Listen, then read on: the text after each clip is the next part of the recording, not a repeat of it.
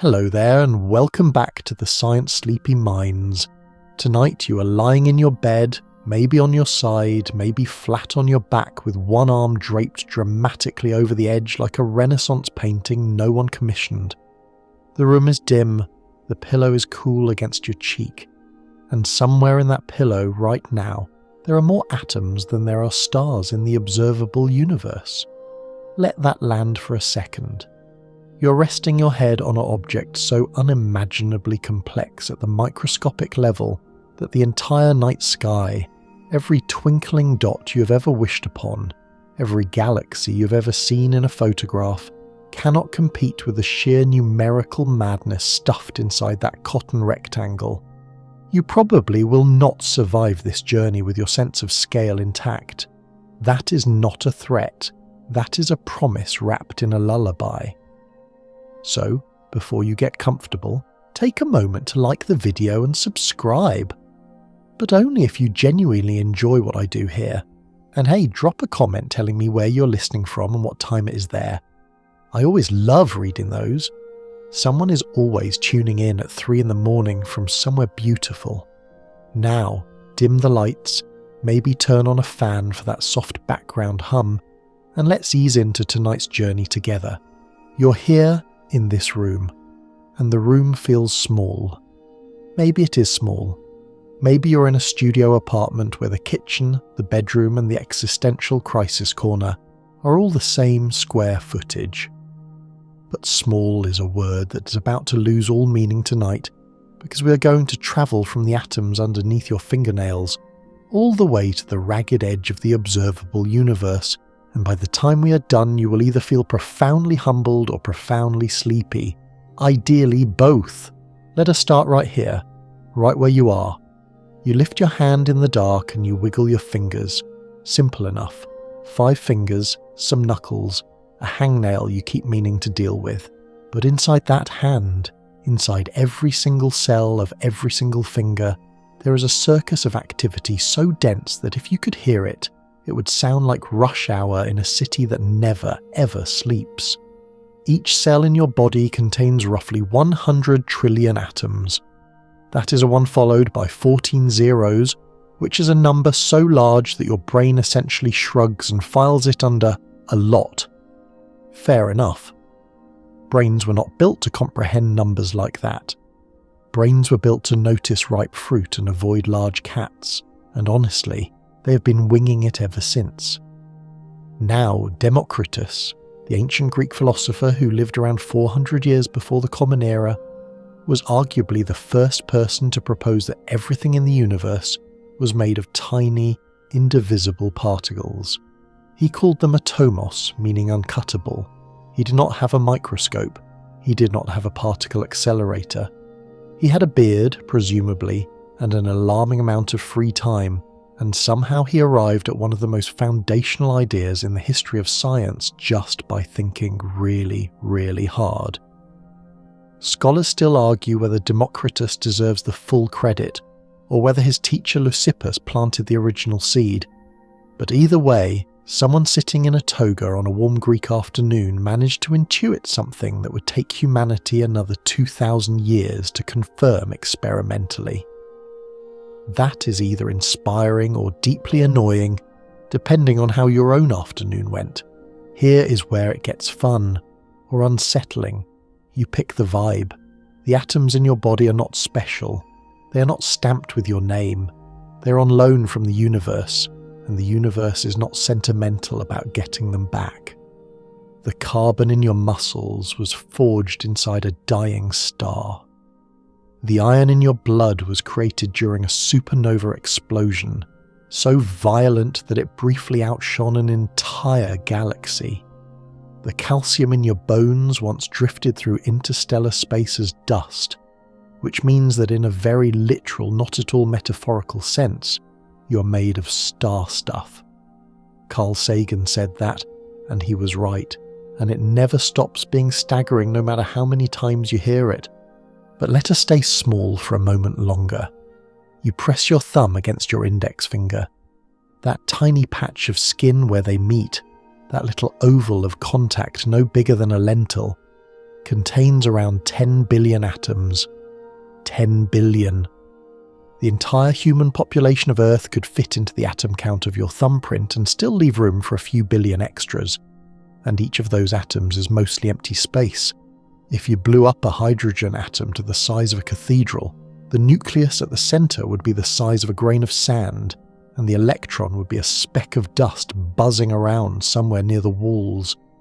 Everything in between would be nothing, literally nothing, just void. You, your bed, your pillow, the floor beneath you, the building around you, all of it is overwhelmingly made of empty space held together by forces so fundamental that physicists have spent centuries arguing about how to describe them and still have not entirely agreed.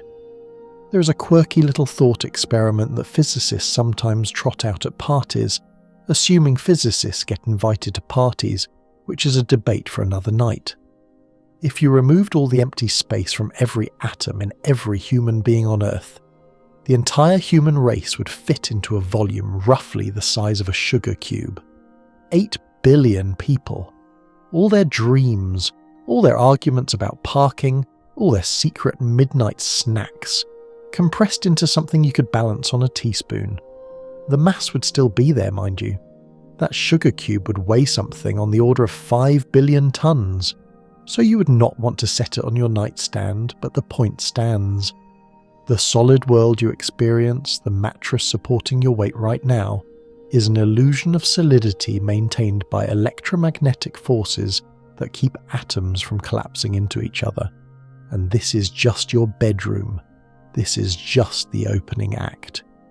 We have not even left the pillow yet, and already the numbers are making your brain itch in that pleasant, drowsy way that happens when a concept is just too big to wrestle with, so your mind starts to let go instead. That letting go is fine. That is the whole point tonight. You do not need to grip these numbers. Just let them wash over you like warm water, and if you drift off somewhere between here and the edge of the cosmos, well, that is the best possible outcome. So breathe, settle in. Because next, we are going to pick up a single grain of sand and discover that it contains a universe of its own. You reach down, in your imagination at least, and you pick up a single grain of sand. Maybe you picture a beach. Maybe it is that beach you went to as a kid, the one where the sand got into places sand should never be and stayed there for what felt like geological ages. You hold this grain between your thumb and your finger, and it is tiny, almost nothing, a speck. You could lose it in the creases of your palm without even trying, and yet this insignificant little fragment of the world contains somewhere around 50 quintillion atoms. That is a 5 followed by 19 zeros, and if you just felt your brain gently tap out and retreat to a quieter corner of your skull, that is completely normal. Nobody processes a number like that. You just sort of nod and accept that it is enormous and move on with your evening. But here is the thing that really bends the mind. There are roughly 7 quintillion 500 quadrillion grains of sand on Earth. That is every beach, every desert, every riverbed, every annoying sandbox at the park where someone definitely let their dog in after hours. All of it. Every grain, counted. And the number of atoms inside a single one of those grains is larger than the total number of grains on the entire planet. One grain holds more atoms than Earth holds grains. You could spend the rest of your life on a beach and never run out of sand, and yet one tiny piece of that sand has more going on inside it than the whole beach does on the surface. That is the kind of fact that makes you want to lie down, which fortunately you are already doing, so we are ahead of schedule. Now, what exactly is this grain made of? Most beach sand is silicon dioxide, also called quartz, and it is one of the most common minerals on the planet. The ancient Egyptians used quartz sand for all sorts of things, from construction to, and this is a genuine historical footnote, a component in some early cosmetic preparations. Cleopatra's era saw sand and mineral compounds mixed into beauty regimens that would make a modern dermatologist quietly weep. But the Egyptians did not know what sand was made of at the atomic level. They could not have. The idea that matter was composed of discrete tiny particles was floating around in Greek philosophy, as we just talked about with our friend Democritus. But the experimental proof would not arrive for millennia. It was not until the early 1800s that John Dalton formalised atomic theory into something resembling modern chemistry, and even then the arguments were fierce. Some respected scientists refused to believe atoms were real well into the early 1900s. Scholars still debate exactly when the scientific community reached genuine consensus, because consensus in science is less like flipping a switch and more like slowly turning a dial while several people argue about which direction to turn it.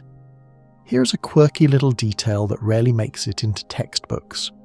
In 1905, the same year Albert Einstein published his paper on special relativity, the one that everyone has heard of, he also published a paper on Brownian motion that provided some of the strongest evidence yet that atoms actually existed. Brownian motion is the jittery, random movement of tiny particles suspended in fluid, first observed by the botanist Robert Brown in 1827 when he watched pollen grains dancing in water. Brown thought the pollen might be alive. It was not. It was being kicked around by water molecules, which are themselves made of atoms, and Einstein's mathematical description of this kicking was so precise that it essentially settled the debate. Atoms were real. The grain of sand in your hand was not a smooth, continuous blob of stuff. It was a seething, vibrating lattice of silicon and oxygen atoms locked into a crystalline structure, each atom bonded to its neighbours by shared electrons, each electron existing in a probabilistic cloud that quantum mechanics describes, but no human being truly visualizes. And that word quantum is where things get genuinely strange. At the scale of atoms, the rules you know from everyday life simply do not apply. A grain of sand obeys gravity. It falls when you drop it. It sits still when you put it on a table. But the atoms inside that grain are governed by quantum mechanics, a framework so counterintuitive that even the physicists who developed it found it disturbing. Niels Bohr, one of the founding figures of quantum theory, reportedly said that anyone who is not shocked by quantum mechanics has not understood it, and he was not being dramatic. At the quantum level, particles do not have definite positions until they are observed. They exist in superpositions, smeared out across probabilities like butter across toast that cannot make up its mind. An electron does not orbit the nucleus the way a planet orbits a star. It exists everywhere and nowhere in its orbital until something forces it to commit, which, honestly, sounds like most people you dated in your 20s. So the question that lurks beneath all of this is deceptively simple. Is matter actually solid? You knock on your bed frame and it feels solid. You tap the wall and it resists your hand. But we've already established that atoms are almost entirely empty space, and the sensation of solidity is just electromagnetic repulsion between electron clouds. Your hand does not touch the wall. It gets close, absurdly close, and then the electrons in your skin and the electrons in the wall shout at each other like neighbours arguing over a fence, and that repulsion is what your brain interprets as contact. You have never truly touched anything in your entire life.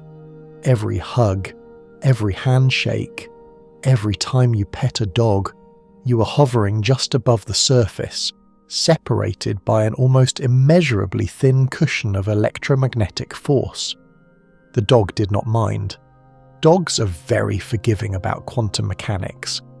Now take that grain of sand and multiply it.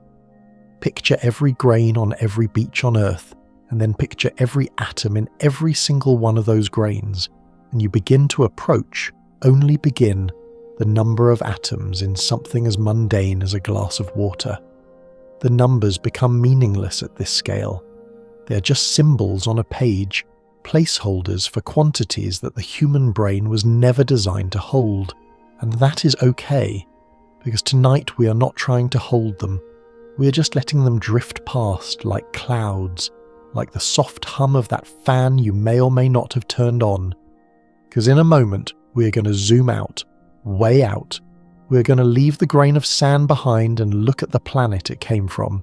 And you're going to discover that Earth, this enormous, heavy, life-covered rock you have spent your whole life on, is so small in the context of the solar system that it barely registers. You set the grain of sand down, metaphorically speaking, and you start to rise. You float up through the ceiling of your room, through the roof, past the power lines, and the birds that are inexplicably awake at this hour, up through the thin skin of atmosphere that keeps you alive, and suddenly you're looking down at Earth. It is beautiful. It always is, in every photograph, in every astronaut's breathless description. That swirl of blue and white, the continents like patches of brown and green stitched onto a marble. You have seen the images 1,000 times and they never quite lose their power. But tonight, we are not here to admire the view. We're here to shrink it. Let us play a game. We're going to scale the sun down to the size of a grapefruit, not a large grapefruit.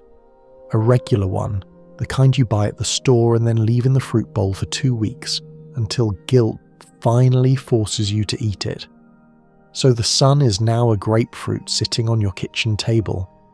At this scale, Earth would be a tiny grain of sand, barely visible, smaller than a pinhead, orbiting that grapefruit at a distance of about 15 meters. 50 feet, give or take.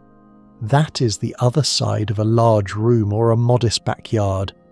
You could walk it in a few seconds, and that tiny, nearly invisible speck 15 meters from a grapefruit is the entirety of your world. Every mountain you have ever climbed.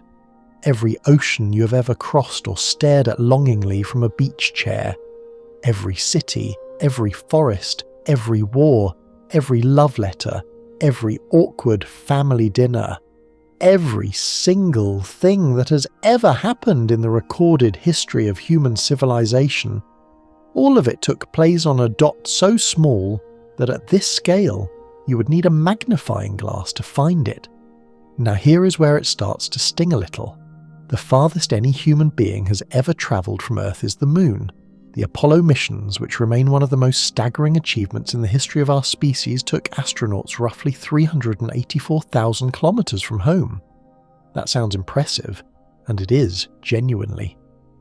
Neil Armstrong and Buzz Aldrin set foot on another world in 1969 using computers less powerful than the phone you probably have charging on your nightstand right now. The navigation computer on the Apollo command module had about 74 kilobytes of memory. 74. You cannot store a single decent photograph in 74 kilobytes, and yet it got human beings to the Moon and back, which is either a testament to brilliant engineering or a damning indictment of what we use our technology for now. And honestly, it is probably both. But in our grapefruit solar system, that epic moon journey, that 250,000-mile leap that changed the course of history, covers about 4 centimeters. Less than 2 inches. You could span it with your thumb. The greatest voyage in human history, the one that made the whole planet stop and stare at their televisions, barely moves the needle at the scale of our own solar system, let alone the galaxy, let alone the universe. And if that does not make you feel simultaneously tiny and oddly cozy, like a dust mote that somehow learned to dream, then I do not know what will. Let us keep going with this model because it gets worse, or better, depending on how you feel about your own significance. Jupiter, the largest planet in the solar system, the great bully of the planetary neighbourhood, would be about the size of a small marble at this scale, orbiting the grapefruit sun at a distance of roughly 78 meters. That is most of a football field away. Saturn, with its glorious rings, would be slightly smaller, a little farther out, maybe 90 meters. Neptune, the last of the major planets, would be a tiny bead sitting about 450 meters from the grapefruit, nearly half a kilometer. You would need a solid 5-minute walk to reach it, and when you got there, you would be squinting at something the size of a peppercorn and wondering how this could possibly be a world with storms and moons and a mass 17 times greater than Earth. And the space between all of these objects would be empty. Spectacularly, overwhelmingly, almost oppressively empty. This is something that every classroom model of the solar system gets catastrophically wrong. You know those models, the ones with the painted styrofoam balls hanging from wires, all bunched up together like a solar system that has been aggressively parallel parked. Those models lie to you. They lie with cheerful colours and neat little labels, and they give you the impression that the planets are relatively close together, that the solar system is a cosy arrangement of neighbours who could theoretically borrow sugar from each other. The truth is that the solar system is almost entirely nothing. If you built an accurate scale model with the sun as a grapefruit, you would need a stretch of open ground nearly a kilometre long just to place all 8 planets, and the planets themselves would be specks, crumbs, nearly invisible against the vast emptiness between them. Historians and scientists still argue about when humanity first began to grasp the true scale of the solar system. Aristarchus of Samos, a Greek astronomer working in the 3rd century before the Common Era, made a remarkably clever attempt to measure the relative distances of the sun and moon using geometry and the angle of shadows during a lunar eclipse. His methods were sound, but his measurements were off, partly because the instruments available to him were about as precise as guessing the weight of a cat by looking at it from across the room. Still, he got the basic idea right. The sun was much, much farther away than the moon and much, much larger than the Earth. This was a radical claim at the time. Most people assumed the Earth was the centre of everything, large and important and cosmically significant. Aristarchus suggested otherwise, and for his trouble, he was largely ignored for about 1800 years until Copernicus came along and said more or less the same thing with better math and a more receptive audience. There is a delightful and slightly obscure footnote to all of this. In the 1700s, during the transits of Venus across the face of the Sun, astronomers organised worldwide expeditions to observe the transit from different locations on Earth, using the parallax to calculate the Earth-Sun distance with unprecedented accuracy. These expeditions were grueling, expensive, and frequently disastrous. One French astronomer named Guillaume Le Gentil travelled to India to observe the 1761 transit, was blocked by clouds, decided to wait 8 years for the next transit in 1769, and was blocked by clouds again. He returned to France to discover he had been declared legally dead. His estate had been divided up, and his wife had remarried. The universe, it turns out, has a sense of humour, and it is not always kind. You're lying there on your tiny speck of a planet, orbiting a grapefruit star, and the distances are already absurd. But we've not even talked about the moon yet, not properly, not in a way that will make you rethink every space poster you ever hung on your wall. Because the moon, your nearest neighbour, is so much farther away than you think. That moon you see outside your window, or maybe you do not see it tonight. Maybe it is hiding behind clouds or behind the building across the street like a shy neighbour who heard you coming. That moon is far, not far the way the grocery store is far when you're feeling lazy. Not far the way your cousin's house is far when you're stuck in holiday traffic. Far in a way that dismantles your spatial intuition and leaves it in a small, confused heap on the floor.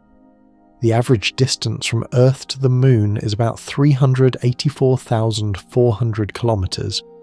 You've heard that number before, probably, and it probably did not mean much to you because big numbers are slippery. They slide right off the brain. So let us try something different. Let us talk about what fits in that gap If you took every planet in the solar system, Mercury, Venus, Mars, Jupiter, Saturn, Uranus and Neptune, and you lined them up side by side like the world's most ambitious game of cosmic billiards, they would fit between the Earth and the Moon, all of them, with room to spare. Not a lot of room, maybe a few thousand kilometres of breathing space, depending on whose measurements you use and where the Moon happens to be in its slightly elliptical orbit, but they fit. Every planet, every gas giant with its crushing atmosphere, every rocky world with its craters and canyons, all of them nestled into the gap between you and that pale light in the sky. This fact tends to break people. It broke the internet a few years ago when a graphic went viral showing exactly this. All the planets squeezed into the Earth-Moon gap like clowns in a cosmic car. People refused to believe it. They argued in comment sections, which is where nuance goes to die, and they insisted that Jupiter alone must be too big, that Saturn's rings would surely poke out. But the math is straightforward. Jupiter's diameter is about 140,000 kilometers. Saturn, without rings, is about 116,000. Add up all the planetary diameters, and you get roughly 380,000 kilometers, which tucks neatly inside the roughly 384,000 kilometer Earth-Moon distance. It is tight, admittedly. You would not want to attempt the parallel parking, but it works. And this tells you something profound about the space between things. Every poster you've ever seen of the Earth-Moon system makes it look like they're practically cuddling. A blue marble and its little grey companion, hanging out together in the void, close enough to share secrets. But they are not close. The Moon is 30 Earths away. If you could drive to the Moon at highway speed, say 100 kilometers per hour, non-stop, no bathroom breaks, no pulling over because someone thought they saw an interesting rock formation, it would take you about 5 months. 5 months of driving straight up. You would miss birthdays, you would miss entire seasons, you would arrive at the Moon with a deep existential crisis and a desperate need to stretch your legs. The ancient Greeks knew the Moon was far, but they underestimated just how far. Hipparchus, working in the 2nd century before the Common Era, made one of the first serious calculations of the Earth-Moon distance using observations of solar eclipses from different locations. His estimate was remarkably good for the time, landing within about 5% of the modern value, which is the kind of accuracy that makes you wonder what else the Greeks could have figured out if they had been slightly less interested in philosophy and slightly more interested in building telescopes. Scholars still argue about whether Hipparchus had access to Babylonian astronomical records that may have informed his calculations, or whether he derived everything independently. Either way, the man stared at shadows and eclipses and came within a whisker of the right answer, using nothing but geometry and what must have been an absolutely ferocious attention to detail. Here is a quirky detail that does not come up often enough. The Moon is drifting away from Earth, slowly, about 3.8 centimeters per year, roughly the same rate that your fingernails grow. This is because the gravitational interaction between Earth and the Moon, the same force responsible for the tides, is gradually transferring energy from Earth's rotation to the Moon's orbit, pushing it outward millimeter by millimeter. In the very distant past, the Moon was much closer. Billions of years ago, it may have loomed enormous in the sky, close enough to make the tides catastrophically large, close enough to make the night sky look like a science fiction movie poster. And billions of years from now, it will be so far away that total solar eclipses will no longer be possible because the Moon will be too small in the sky to fully cover the Sun. You are living in the only window of time in Earth's entire history when total solar eclipses happen, which is either a beautiful cosmic coincidence or proof that the universe has a flair for dramatic timing. Speaking of eclipses, here is something that should feel suspicious. The Sun is about 400 times larger than the Moon. The Sun is also about 400 times farther away from Earth than the Moon. These two facts conspire to make the sun and moon appear almost exactly the same size in our sky, which is why total solar eclipses are so perfect and so stunning, with the moon's disk sliding over the sun's disk like a coin over a spotlight, leaving just the ghostly corona flaring out around the edges. There is no physical reason for this. No law of nature requires it. It is a coincidence, a pure, absurd, gobsmacking coincidence that happens to exist right now, in this particular epoch, on this particular planet. Astronomers have pointed out that this is almost certainly not the case on any other planet in the solar system. Mars has two small lumpy moons that cast tiny, unsatisfying shadows. Jupiter's moons can block the sun but without the elegant precision. Earth is, as far as we know, the only world where eclipses look like that. The only world where the geometry is this precise, this theatrical, this hauntingly beautiful. You breathe in. You breathe out. You're lying on a small rock, orbiting a medium star, with a slowly retreating moon that just happens to perfectly eclipse that star during the only era when anyone is around to notice. The distances are vast, the coincidences are absurd, and we have not even left the immediate neighbourhood yet. Because the sun, that grapefruit we set on the kitchen table, the furnace that makes all of this possible, is a whole other kind of overwhelming. That grapefruit is angry. Not in a dramatic Hollywood villain way, but in the way a furnace is angry, quietly, relentlessly, with a kind of violence so constant that you forget it is happening. The sun is burning. It has been burning for about 4.5 billion years, and it will keep burning for roughly another 5 billion, which means it is currently middle-aged, and if you have ever met a middle-aged anything, you know that the real drama is still ahead. Every single second, the sun converts approximately 4 million tons of its own mass into pure energy. 4 million tons per second. Not per day, not per year, per second. That is roughly the mass of a large mountain being annihilated and converted into light and heat and radiation 60 times in the time it took you to read this sentence. And the sun does not even notice. It is so massive, so incomprehensibly large, that losing 4 million tons per second is like you losing a single skin cell. Less than that. It is like you losing a single atom from a single skin cell. The sun has been hemorrhaging mass at this rate for billions of years, and it has lost maybe 0.1% of its total mass since it was born. The sun's budget is so enormous that its most violent, most energetic process barely dents the balance sheet. That is the kind of financial security most of us can only dream about. The energy the sun produces comes from nuclear fusion, the same process that powers hydrogen bombs, except the sun does it continuously and on a scale that makes every weapon humanity has ever built look like a damp sparkler. Deep in the sun's core, where the temperature reaches about 15 million degrees Celsius and the pressure is roughly 265 billion times the atmospheric pressure on Earth's surface, hydrogen atoms are squeezed together so tightly that they fuse into helium. This fusion releases energy in the form of gamma rays, which then begin a journey outward through the sun's layers that takes, and this is the part that always catches people off guard, somewhere between 10,000 and 170,000 years. The energy generated in the sun's core right now will not reach the surface until long after every civilization currently on Earth has risen, argued about tax policy, and crumbled to dust.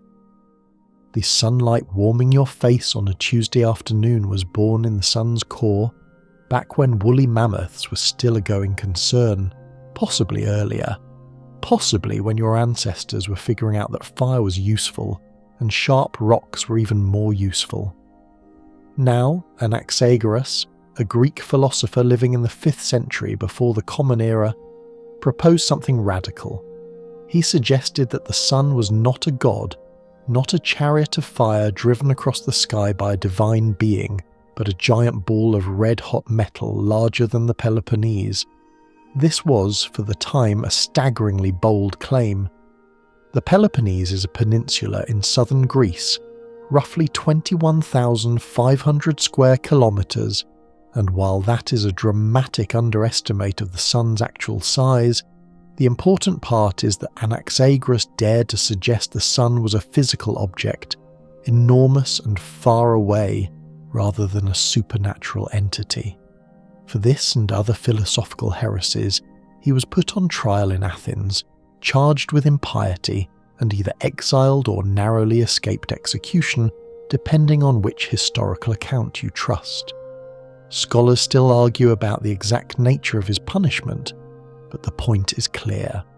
Telling people the truth about the scale of things has never been a popular career move.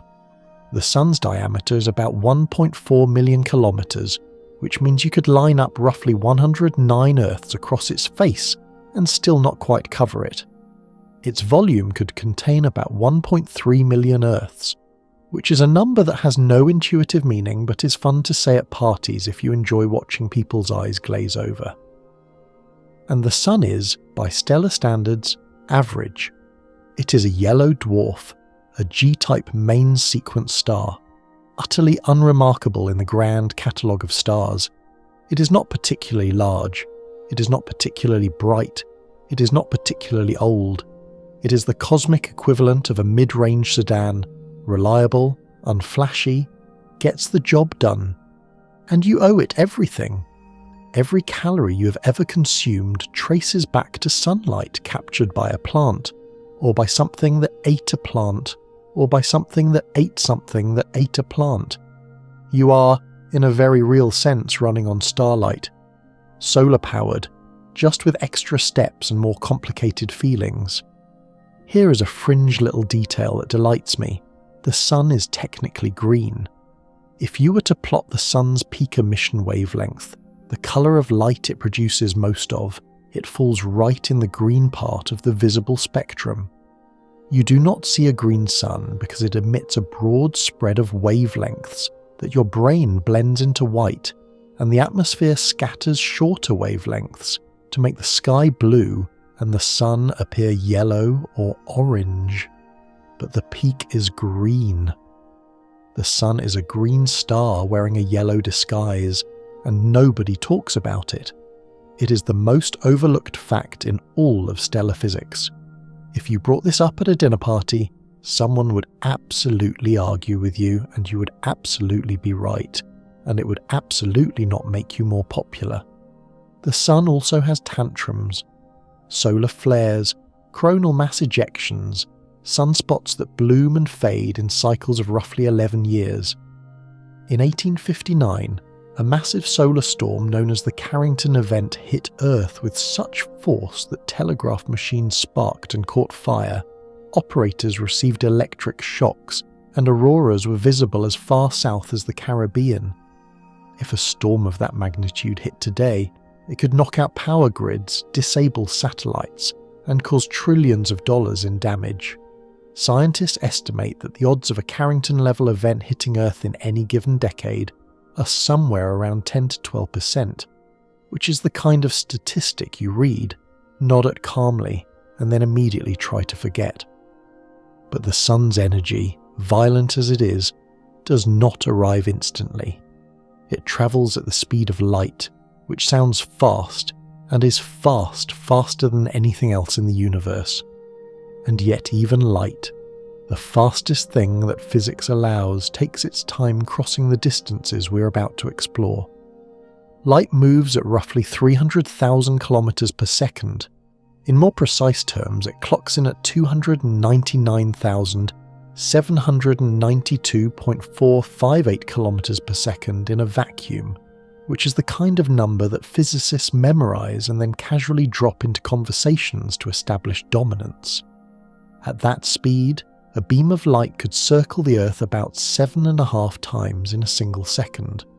It could zip from New York to London in about 19 milliseconds. It could cross the distance from your left ear to your right ear in a time so short that no stopwatch you have ever held could measure it. Light is, by any human standard instantaneous. You flick a switch, the room illuminates, and there is no perceptible delay because the delay is measured in nanoseconds, and your brain operates in milliseconds. And in this particular race, light wins so thoroughly that you never even knew there was a competition. And yet, the Sun is about 150 million kilometers from Earth. That distance has a name. It is called an astronomical unit, or AU. And astronomers use it the way you might use blocks or city streets, a convenient yardstick for measuring things within the solar system. At the speed of light, crossing one astronomical unit takes approximately 8 minutes and 20 seconds, which means the sunlight you see right now, or saw earlier today if you happen to go outside, left the sun over 8 minutes ago. You're not seeing the sun as it is. You're seeing the sun as it was 8 minutes in the past. If the sun were to vanish right this second, you would continue to see it shining, continue to feel its warmth, for another 8 minutes and 20 seconds before the darkness arrived. You would have 8 minutes of blissful ignorance, which, frankly, is about the same amount of blissful ignorance most of us operate with on a daily basis anyway. 8 minutes does not sound like much. It sounds like a coffee break, a quick scroll through your phone, the amount of time it takes to realize you have been staring at the ceiling and thinking about nothing.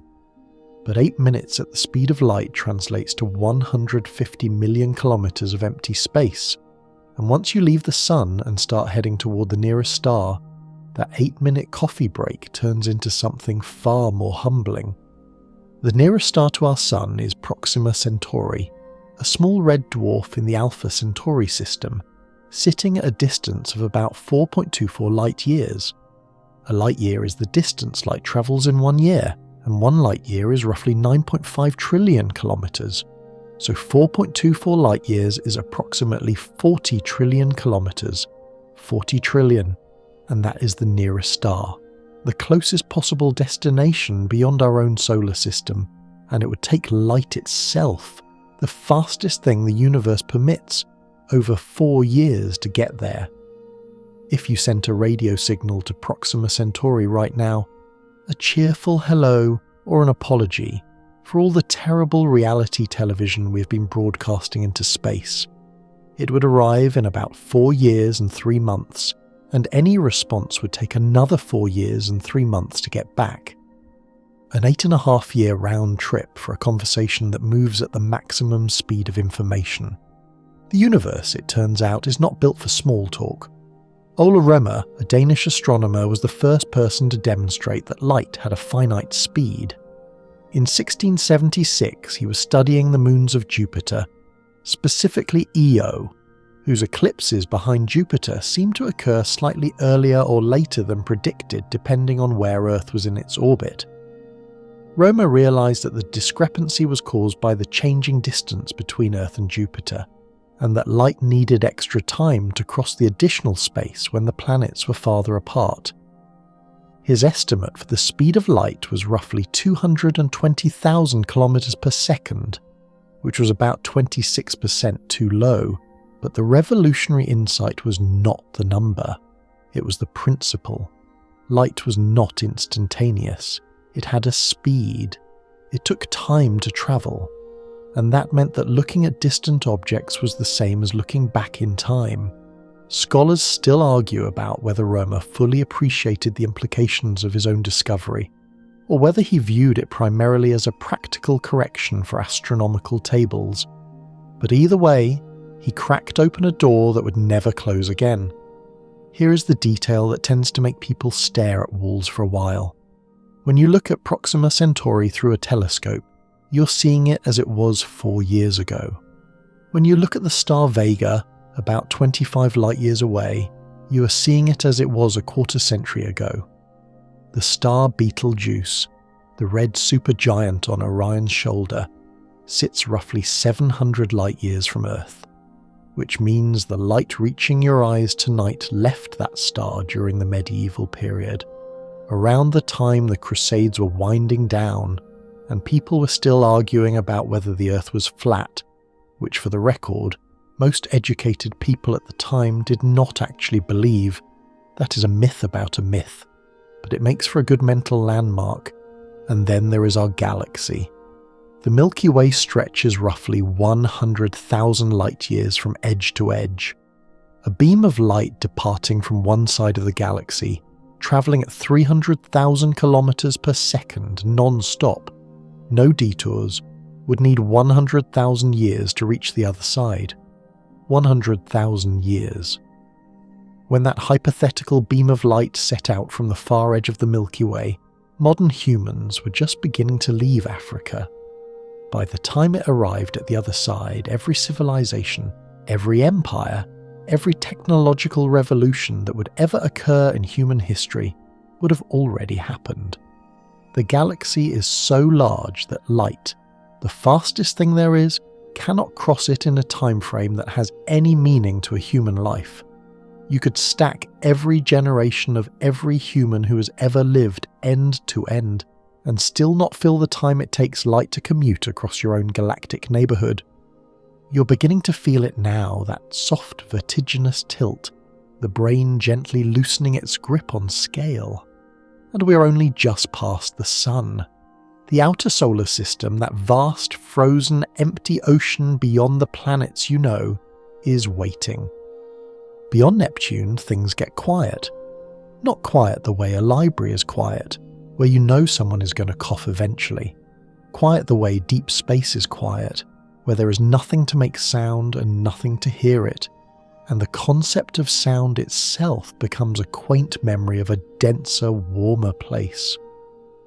You have passed the last major planet, that distant peppercorn in our grapefruit model, and now you are heading into a region of the solar system that most people forget exists, because most diagrams cut off after Neptune like the solar system ends at a tidy fence. It does not.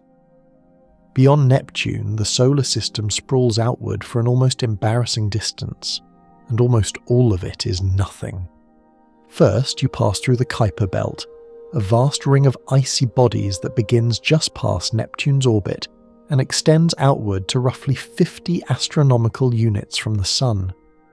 Pluto lives here, that plucky little world that got demoted from planet to dwarf planet in 2006, breaking the hearts of school children everywhere and sparking a debate that, frankly, people are still unreasonably emotional about. The Kuiper Belt is home to thousands of known objects and probably billions of unknown ones. Frozen chunks of ice and rock left over from the formation of the solar system 4.5 billion years ago, cosmic leftovers that never got invited to the planetary main course. Some of them are large enough to be roughly spherical, like Pluto and Eris and Makemake, names that sound like they were generated by a particularly creative toddler. Others are small, irregular, tumbling silently through the dark like forgotten luggage on a conveyor belt that never stops. But the Kuiper Belt, vast as it is practically a crowded downtown compared to what comes next. Beyond it, stretching outward to a distance of perhaps 50,000 to 100,000 astronomical units, possibly even further, lies the Oort cloud. And the Oort cloud is where your sense of scale goes to quietly surrender. The Oort cloud is a hypothetical shell of icy objects surrounding the entire solar system in a roughly spherical halo. It has never been directly observed. No telescope has ever seen it. No spacecraft has ever reached it.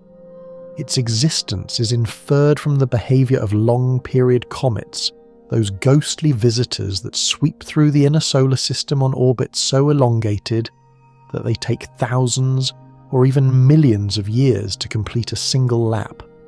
Jan Oort, the Dutch astronomer who proposed its existence in 1950, reasoned that these comets had to originate from somewhere very far away, a vast reservoir of dormant icy bodies loosely bound to the Sun's gravity, occasionally nudged inward by passing stars or galactic tides.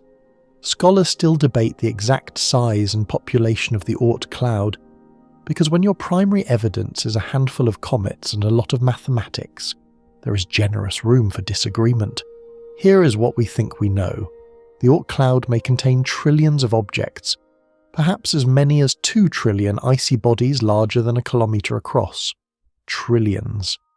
And yet, because the Oort cloud is so staggeringly enormous, the average distance between any 2 objects in it would be vast, millions of kilometres of emptiness between each lonely chunk of ice.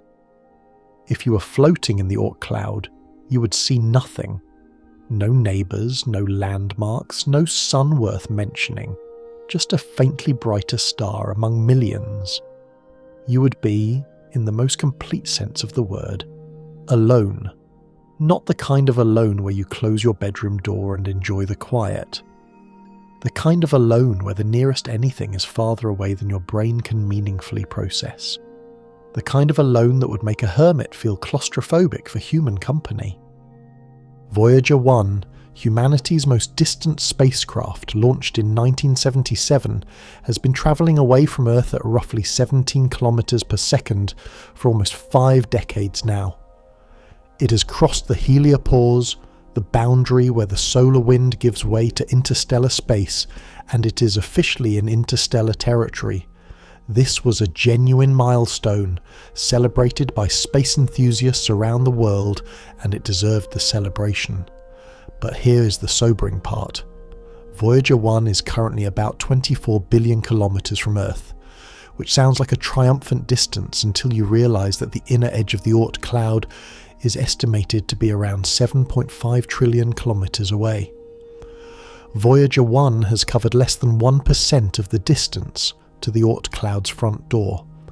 At its current speed, it will take roughly 300 years to reach the inner edge, and approximately 30,000 years to pass through the Oort cloud entirely. 30,000 years. When Voyager exits the far side of the Oort cloud, assuming it survives, human civilization as we know it will be so ancient that it may not even be remembered. Voyager will still be out there, a small silent ambassador carrying a golden record of sounds and images from a species that may have long since evolved into something unrecognisable or vanished entirely. Here is a quirky and slightly haunting detail. The golden record aboard Voyager contains, among other things, greetings in 55 languages, the sound of a human heartbeat, a recording of brainwaves, and Chuck Berry's Johnny Be Good. There was reportedly a suggestion to include a Beatles song as well, but the record label refused to grant permission, which means that somewhere in the distant future, an alien civilization may discover Voyager and conclude that humanity's greatest musical achievement was Chuck Berry, which, to be fair, is not an indefensible position. Scientists still argue about whether the golden record was a genuine attempt at communication or a symbolic gesture aimed more at inspiring humans than informing extraterrestrials.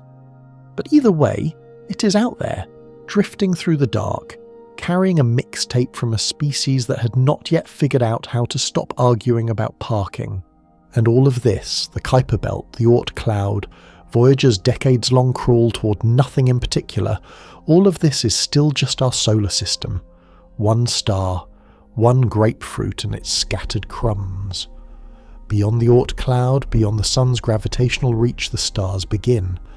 And the stars you're about to discover are a whole different category of overwhelming. Stars are not all the same. You knew that, probably, in the way you know that dogs come in different sizes.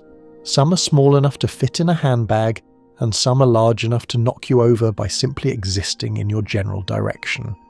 But the range of stellar diversity is so extreme that calling them all stars feels like calling both a birthday candle and a forest fire flames.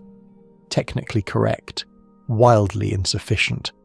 Let us start small, because small stars are the universe's quiet overachievers. Red dwarfs are the most common type of star in the Milky Way, making up roughly 70 to 80% of all stars in the galaxy, and yet you cannot see a single one of them with the naked eye. Not one. They are too dim, too cool, too modest to announce themselves across the void. The nearest star to our Sun, Proxima Centauri, which we met a couple of sections ago when we were talking about light speed and the loneliness of interstellar communication, is a red dwarf. It has about 12% of the Sun's mass and roughly 14% of the Sun's diameter, which makes it a small, cool, reddish ember compared to our already unremarkable yellow grapefruit.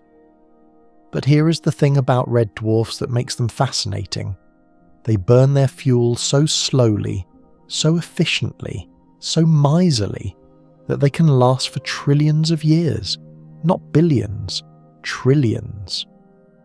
Our Sun will exhaust its hydrogen in about 5 billion years, swell into a red giant and eventually collapse into a white dwarf. A red dwarf will still be simmering along, barely changed, long after the Sun is a cold, dark cinder.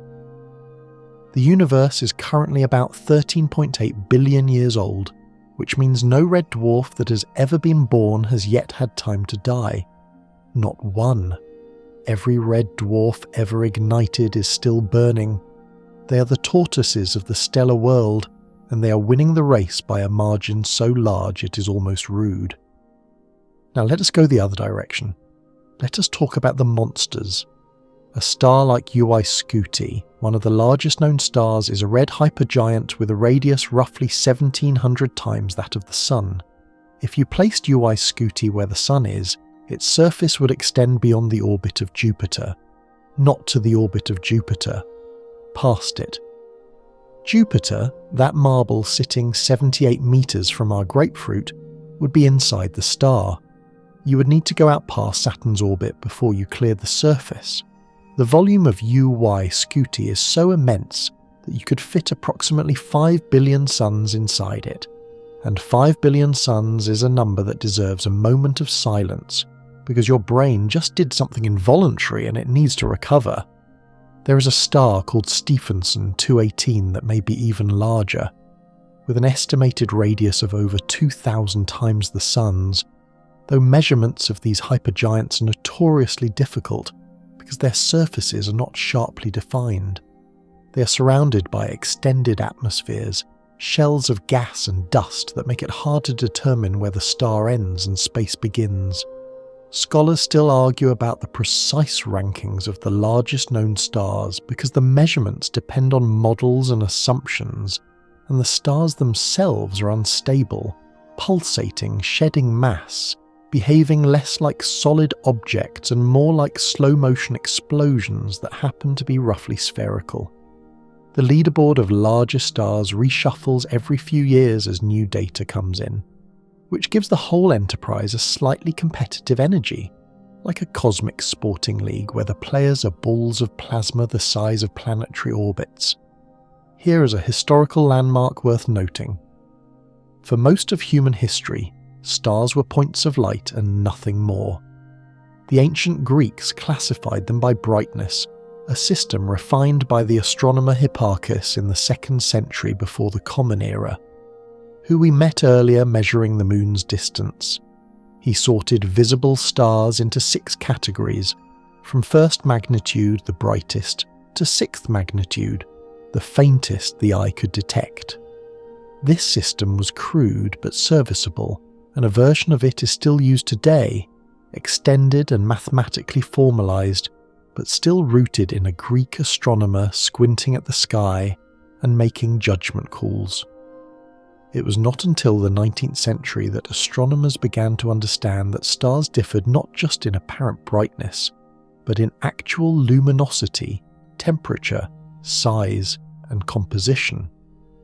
The development of spectroscopy, the technique of splitting starlight into its component wavelengths, revealed that each star had a chemical fingerprint, a unique pattern of absorption lines that told you what it was made of, how hot it was, and how fast it was moving. Suddenly stars were not just dots, they were individuals. And here is a quirky little tidbit that rarely appears outside specialized astronomy circles. There is a class of stars called magnetars, which are not large at all. They are neutron stars, incredibly small, typically about 20 kilometers across, the size of a modest city. But their magnetic fields are so powerful roughly a quadrillion times stronger than Earth's magnetic field, that at a distance of about halfway between Earth and the Moon, a magnetar could erase every credit card on the planet. The magnetic field is so intense that it distorts the shapes of atoms, stretching them into long, thin cylinders aligned with the field lines, creating a form of matter that does not exist anywhere else in the universe. If you approached a magnetar, the tidal forces and magnetic effects would disassemble you at the molecular level long before you got close enough to admire the view.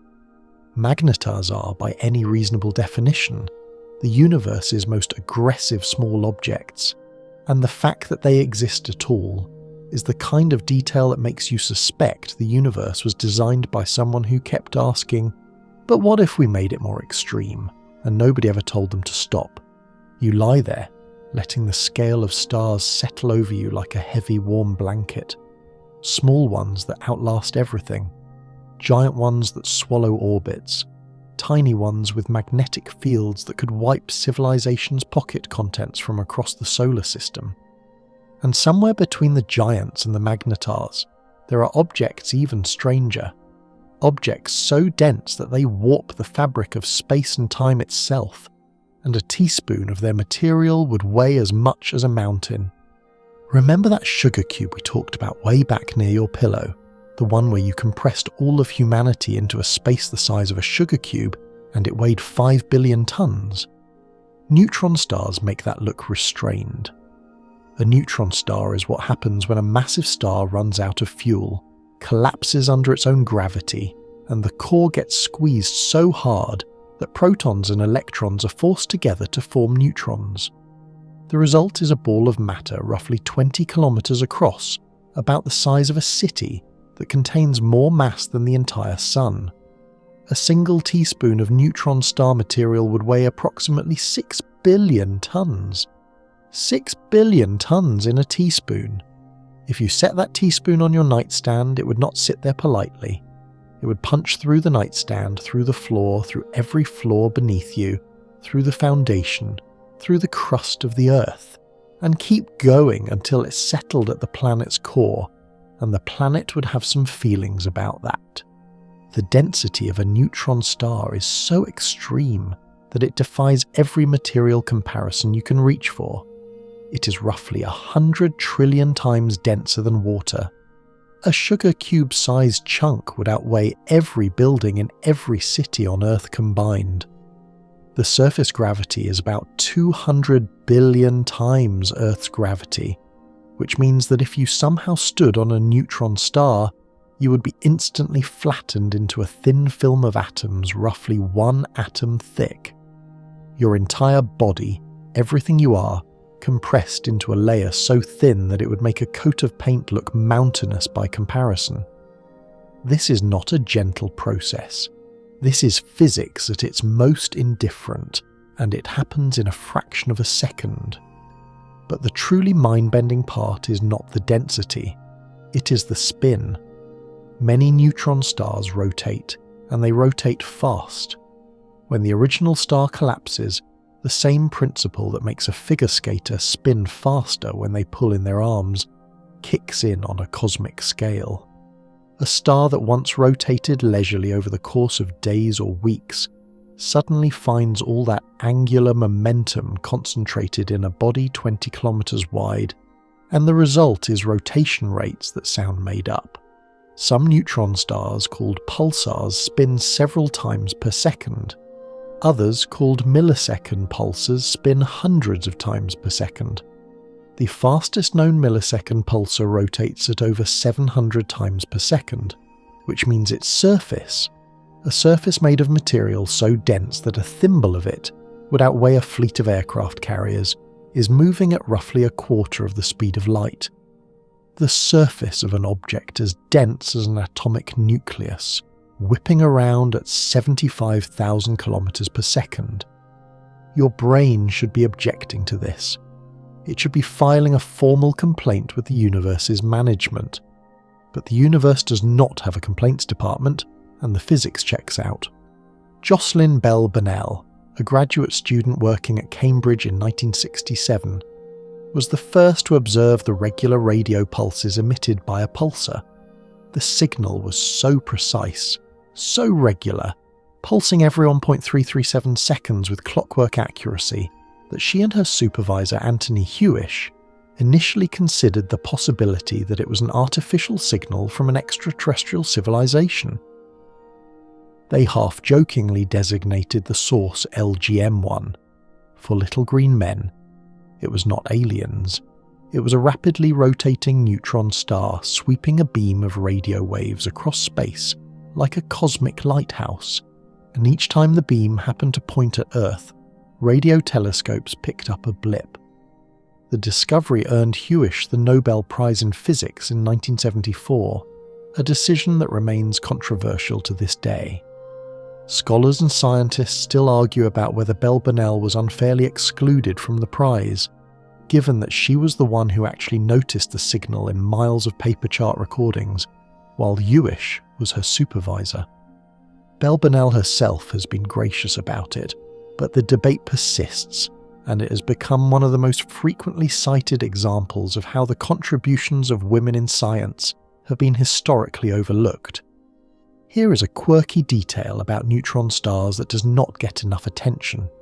Their surfaces are thought to be incredibly smooth by astrophysical standards, with the tallest mountains measuring perhaps a few millimeters high. A few millimeters. On an object 20 kilometers across, the tallest feature is shorter than a pencil eraser. This is because the surface gravity is so crushingly powerful that any material attempting to form a bump is immediately flattened. If you could somehow photograph a neutron star from close up, it would look like a perfect polished sphere, smoother than any billiard ball ever manufactured, except it would also be rotating hundreds of times per second and emitting enough radiation to sterilize everything within a generous radius. So maybe do not get close enough for photographs. And then there is the time dilation. Einstein's general theory of relativity tells us that gravity warps not just space but time itself. Near the surface of a neutron star, where gravity is 200 billion times what you experience on Earth, time runs measurably slower. A clock on the surface of a neutron star would tick noticeably behind a clock floating safely in deep space. If you could somehow survive on the surface, and you absolutely could not, but if you could, you would age slightly more slowly than someone watching you from a distance.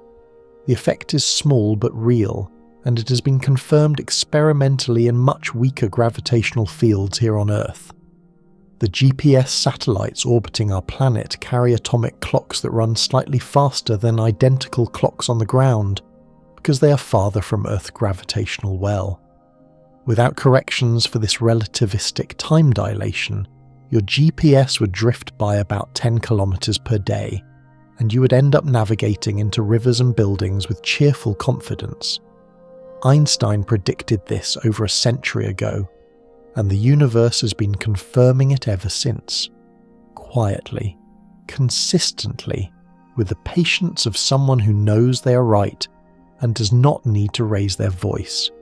You sink a little deeper into your mattress, which is, you're now very aware, made almost entirely of empty space, held together by electromagnetic stubbornness. Neutron stars are strange. They're impossibly dense, impossibly smooth, impossibly fast. But they are not the strangest things out there, because when a star is massive enough, not even neutron degeneracy pressure can stop the collapse, and what forms instead is something that does not just warp space and time but breaks them. Black holes. Even the name sounds like something the universe invented to intimidate you. And it works. A black hole is what happens when gravity wins completely, when a collapsing stellar core is so massive that nothing, no force known to physics, can halt the inward crush, and the matter collapses past the neutron star stage, past any known state of matter, into a point of theoretically infinite density called a singularity. Whether the singularity is truly a point, truly infinite, is something physicists argue about with the kind of intensity normally reserved for sports rivalries and debates about pizza toppings. General relativity says the singularity is real. Quantum mechanics says that cannot possibly be right.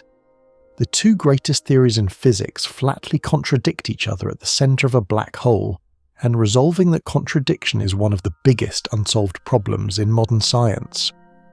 But for now, let us just say that something very, very dense sits at the middle of a black hole, and it does not care about your feelings. Surrounding the singularity is the event horizon, a boundary in space beyond which nothing can escape. Not matter, not light, not information, nothing. The event horizon is not a physical surface. You would not bump into it. There is no wall, no membrane, no sign that says abandon all hope. If you are falling into a sufficiently large black hole, you might cross the event horizon without even noticing, because locally, space would seem perfectly normal. The problem is that once you cross it, every possible path through space and time, every direction you could move, every choice you could make, leads inward. The future itself points toward the singularity. Escaping a black hole after crossing the event horizon is not just difficult. It is not just impossible with current technology. It is physically meaningless. It would require travelling backward in time, which, as far as we know, is not on the menu. Now, if you are falling into a smaller black hole, a stellar mass black hole formed from the collapse of a single star, the experience is considerably less gentle. The difference in gravitational pull between your feet and your head, assuming you're falling feet first, becomes so extreme over such a short distance that you're stretched like taffy. This process has an official scientific name, and the name is spaghettification. That is real. That is what physicists actually call it. Somewhere in the history of astrophysics, a group of very serious people sat down and decided that the technical term for being ripped apart by tidal forces near a black hole should be named after pasta. And honestly, it is one of the best decisions science has ever made. Your body would be stretched thinner and thinner, pulled into a long luminous strand of atoms spiraling toward the singularity, and the whole process would take a fraction of a second from your perspective. Though to a distant observer watching through a telescope, you would appear to slow down, redden, and fade as the light from your body was stretched to longer and longer wavelengths by the warping of space. You would never quite seem to cross the event horizon. You would just dim, like a candle being slowly suffocated, until you faded from view entirely. Here is a historical anchor for this particular brand of cosmic horror. The concept of an object so massive that light could not escape its gravity was first proposed not by Einstein, not by Hawking, but by an English clergyman named John Michell in 1783. Michell called them dark stars and reasoned, using Newtonian physics, that a sufficiently massive and dense object would have an escape velocity greater than the speed of light, making it invisible. The idea was independently proposed by Pierre-Simon Laplace a few years later. Both men were working with incomplete physics, since general relativity would not arrive for over a century, but the core intuition was sound. Scholars still argue about whether Michell or Laplace deserves primary credit, a debate made more complicated by the fact that Laplace included the idea in some editions of his work and quietly removed it from later ones, possibly because he found the implications uncomfortable, which, fair enough. And here is a fringe detail that will either delight or horrify you. Time dilation near a black hole is not a theoretical curiosity. It is an extreme, measurable, reality-bending phenomenon. As you approach the event horizon, time for you slows down relative to the rest of the universe.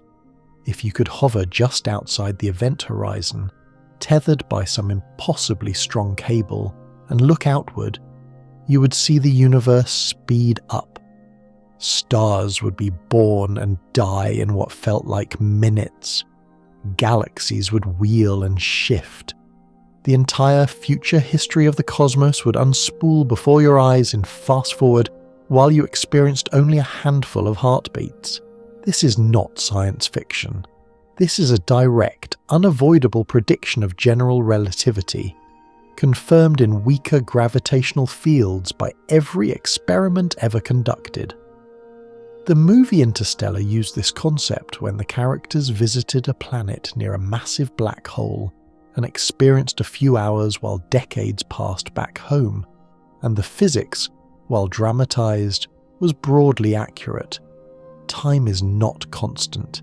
It bends, it stretches. It is as malleable as space itself near sufficient gravity, and black holes are the places where that malleability becomes grotesque. The largest black holes are not formed from single stars.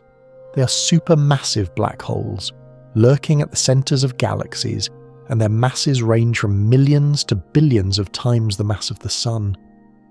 The black hole at the center of our own Milky Way, called Sagittarius, a star, is roughly 4 million solar masses and sits about 26,000 light-years from where you are lying right now. It is, in cosmic terms, relatively modest.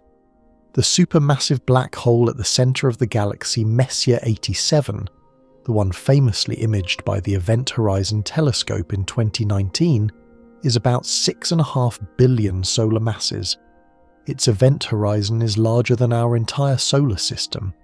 You could drop our Sun, all the planets, the Kuiper Belt, and a generous portion of the inner Oort cloud inside it, and the black hole would not notice.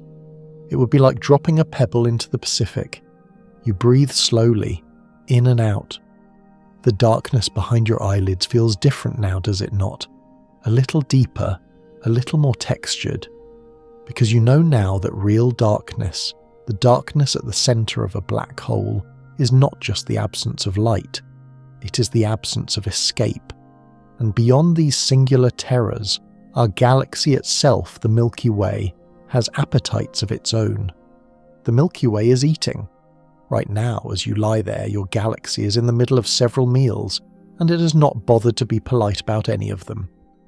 Galaxies, it turns out, are not the serene, majestic pinwheels that photographs suggest. They are predators.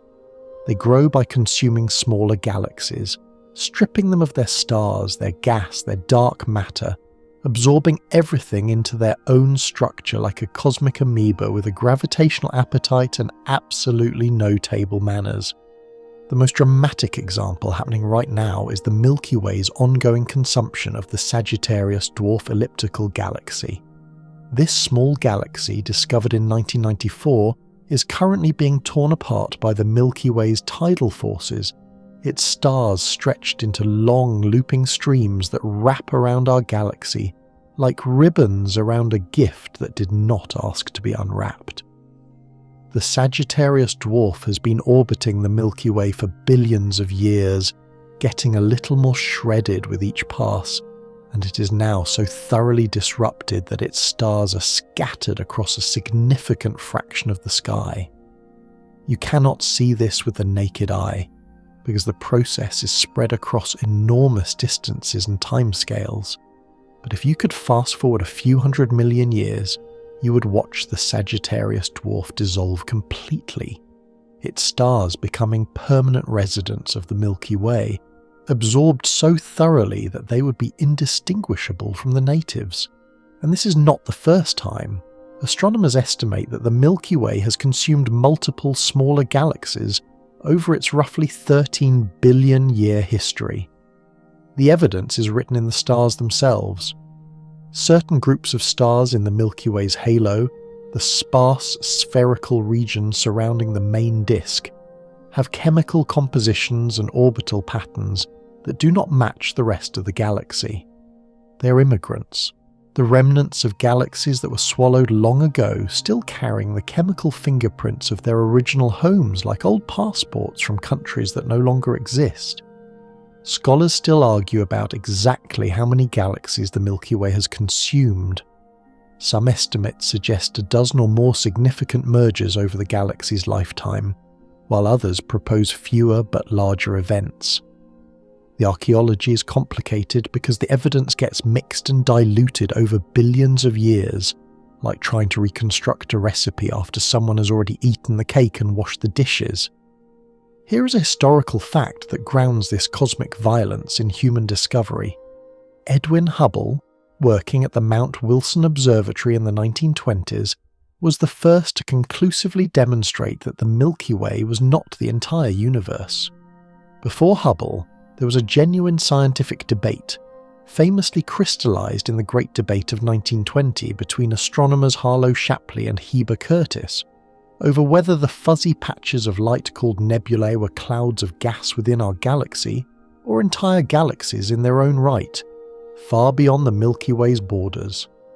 Hubble resolved the question by identifying spheroid variable stars in the Andromeda Nebula, and using their known brightness to calculate its distance, which turned out to be far beyond the Milky Way. Suddenly the universe was not one galaxy. It was millions, billions. The Milky Way went from being everything to being one island in an archipelago so vast that the word vast buckled under the weight. The Milky Way itself is enormous by any human standard. It contains somewhere between 100 billion and 400 billion stars, a range so wide that it tells you just how hard it is to count stars when you're inside the thing you're trying to count. The disk is roughly 100,000 light-years across and about 1,000 light-years thick, shaped like a fried egg if the fried egg were made of plasma and existential dread. Our solar system sits about 26,000 light-years from the centre, roughly 2/3 of the way out from the core, tucked into a minor spiral arm called the Orion Arm, or the Orion Spur, which is not even one of the galaxy's major arms. We live in the suburbs, the galactic suburbs, not the glamorous downtown core where the supermassive black hole lurks, and the star density is so thick that the night sky would blaze with light. Not the elegant main spiral arms where star formation is most active. We are in a secondary spur, a side street, a cosmic cul-de-sac. And somehow, from this unremarkable address, we have managed to figure out the shape of the neighbourhood we cannot even see from the outside. Here's a quirky detail that deserves more attention than it gets. The Milky Way has a bar. Not the kind that serves drinks, although given the quantities of ethyl alcohol that have been detected in interstellar gas clouds, the galaxy is technically not short on booze. The Milky Way is a barred spiral galaxy, meaning its centre contains an elongated structure of stars, a bar that stretches across the core and connects to the spiral arms. For decades, astronomers debated whether this bar existed at all, because mapping the structure of a galaxy from inside it is like trying to determine the shape of a forest while standing among the trees with a blindfold on. It was not until infrared surveys, which can peer through the dust that obscures the galactic centre in visible light, confirmed the bar's existence that the debate was largely settled. The bar is estimated to be roughly 27,000 light-years long, which means it extends from nearly the galactic centre to roughly our position in the galaxy. You are, give or take, sitting at the end of a stellar bar in a cosmic pub that has been serving for 13 billion years. And the Milky Way is not alone. It is part of a small gathering of galaxies called the Local Group, a collection of more than 80 galaxies bound together by gravity, dominated by two large spirals, the Milky Way and Andromeda, with a supporting cast of dozens of smaller dwarf galaxies orbiting around them like satellites. The Local Group spans roughly 10 million light-years across, and within it, the gravitational relationships between galaxies are complex, dynamic, and in at least one case, heading toward a collision that will reshape everything. Because Andromeda is coming, and it is not going to knock first. Andromeda is hurtling toward the Milky Way at roughly 110 kilometers per second. That is about 400,000 kilometers per hour, which sounds alarming, and it is, in the same way that learning a freight train is heading toward you is alarming. except the freight train is 2.5 million light-years away and will not arrive for approximately 4.5 billion years, so you can unclench. You have time. Not you personally, obviously. The sun will have already swollen into a red giant and swallowed the inner planets long before the collision happens. But the Milky Way has time. Andromeda has time. The universe has nothing but time, and it spends it with the patience of someone who has never once been in a hurry. The Andromeda Galaxy, also known as Messier 31, is the nearest large galaxy to the Milky Way, and it is a monster. It contains roughly 1 trillion stars, making it significantly larger than our galaxy by some estimates, though recent studies have suggested the Milky Way may be more massive than previously thought when you account for dark matter, a mysterious substance we will get to later, and which basically constitutes the universe's most dramatic accounting error. The two galaxies have been gravitationally aware of each other for billions of years, circling, approaching, locked in a slow gravitational dance that will eventually bring them together in what astronomers call a galactic merger, and what headline writers inevitably call a collision, because collision sounds more exciting and excitement sells. But here is the remarkable thing. When two galaxies collide, almost nothing actually hits anything else. The word collision conjures images of destruction, of impact, of things smashing into each other like cars in an intersection. But galaxies are mostly empty space. Remember all those discussions about how atoms are mostly empty space, how the solar system is mostly empty space, how the Oort cloud is a vast nothingness with a few lonely ice cubes. Galaxies are the same, scaled up to an absurd degree. The average distance between stars in the Milky Way is about 4 to 5 light-years. When the Milky Way and Andromeda merge, the stars will pass through each other like two swarms of bees flying through each other in an open field. The chance of any two individual stars colliding is astronomically small. Not zero, but so close to zero that it might as well be. Your solar system, if it still exists in any recognizable form by then, would almost certainly sail through the merger without a single direct stellar impact. What will change is the shape of everything. The gravitational interactions between the two galaxies will fling stars into new orbits, stretch and distort the spiral arms, trigger massive waves of star formation as gas clouds are compressed and heated, and eventually, over the course of 1 billion years or so, the two spirals will settle into a single, larger, elliptical galaxy. Astronomers have already named this future galaxy Milkdromeda, which is the kind of name that sounds like it was chosen by a committee that gave up halfway through a brainstorming session and went to lunch. Some prefer the name Milkomeda.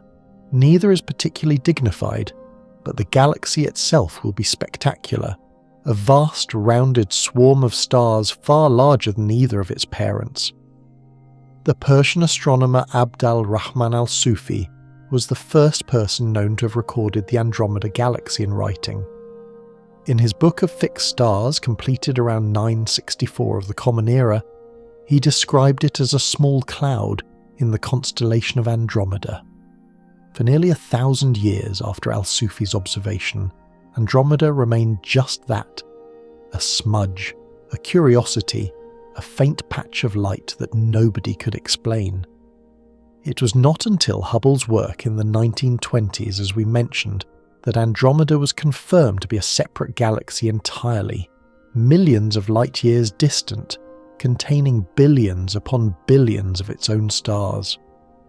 Scholars still argue about whether earlier observers, including the astronomer Simon Marius, who described Andromeda through a telescope in 1612, had any inkling that they were looking at something outside the Milky Way, or whether they simply filed it under interesting smudge and moved on.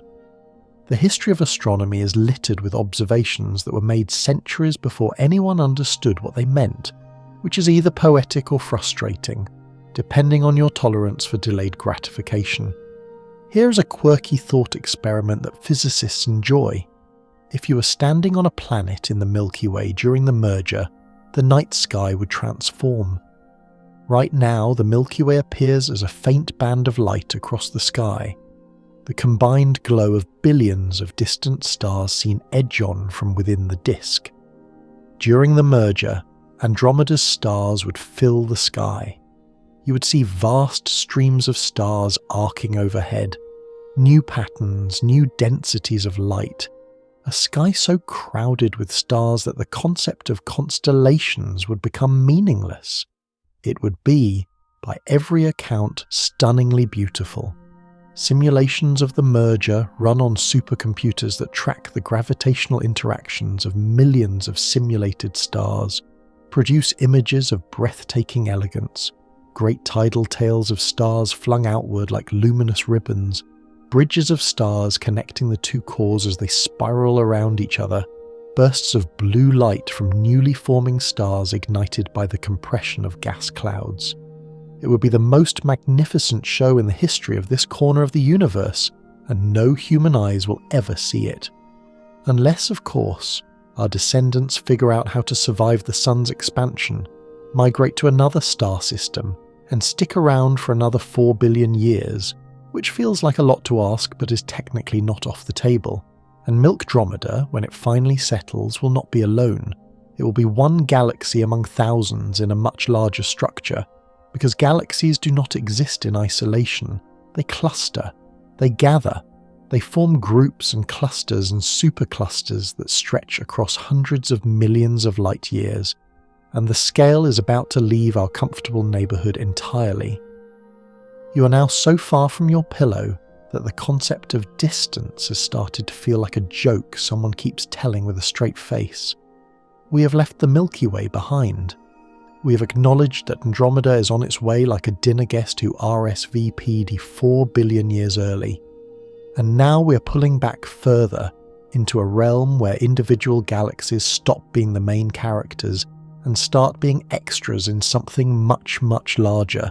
The Milky Way and Andromeda, along with the 80-odd other galaxies in the local group, are part of a larger structure called the Virgo Supercluster. The Virgo Supercluster is a collection of at least 100 galaxy groups and clusters spread across roughly 110 million light-years of space. 110 million light-years! If you tried to cross the Virgo supercluster at the speed of light, it would take you longer than the time between the extinction of the dinosaurs and right now, and you would still have a few tens of millions of years of commuting left when you arrived. The structure is named after the Virgo cluster, a dense knot of roughly 1,300 galaxies at its centre, which acts as a gravitational anchor for the surrounding galaxy groups like a downtown core drawing in commuters from the sprawling suburbs. But even the Virgo supercluster, immense as it is not the biggest thing we belong to. In 2014, a team of astronomers led by Brent Tully published a study defining a much larger structure called Laniakea, a Hawaiian word meaning immense heaven, which is either the most poetic name in astrophysics or the most understated, given that the structure it describes spans roughly 500 million light-years and contains approximately 100,000 galaxies. 100,000 galaxies, each one containing billions of stars, each star potentially hosting planets. The numbers have long since passed the point where your brain can do anything useful with them. They're just words now, syllables representing quantities so enormous that they exist only as abstractions, and that is perfectly fine. You're not supposed to comprehend them. You're supposed to let them wash over you like warm rain. Laniakea is not a tightly bound structure like a galaxy cluster. It is more of a basin of attraction, a region of space where everything is flowing gravitationally toward a common point called the Great Attractor. The Great Attractor is one of the more ominously named phenomena in cosmology, and it earned that name honestly. It is a gravitational anomaly located roughly 150 to 250 million light-years from Earth, in the direction of the constellations Centaurus and Norma, and it is pulling everything in our region of the universe toward it, with a force that implies an enormous concentration of mass.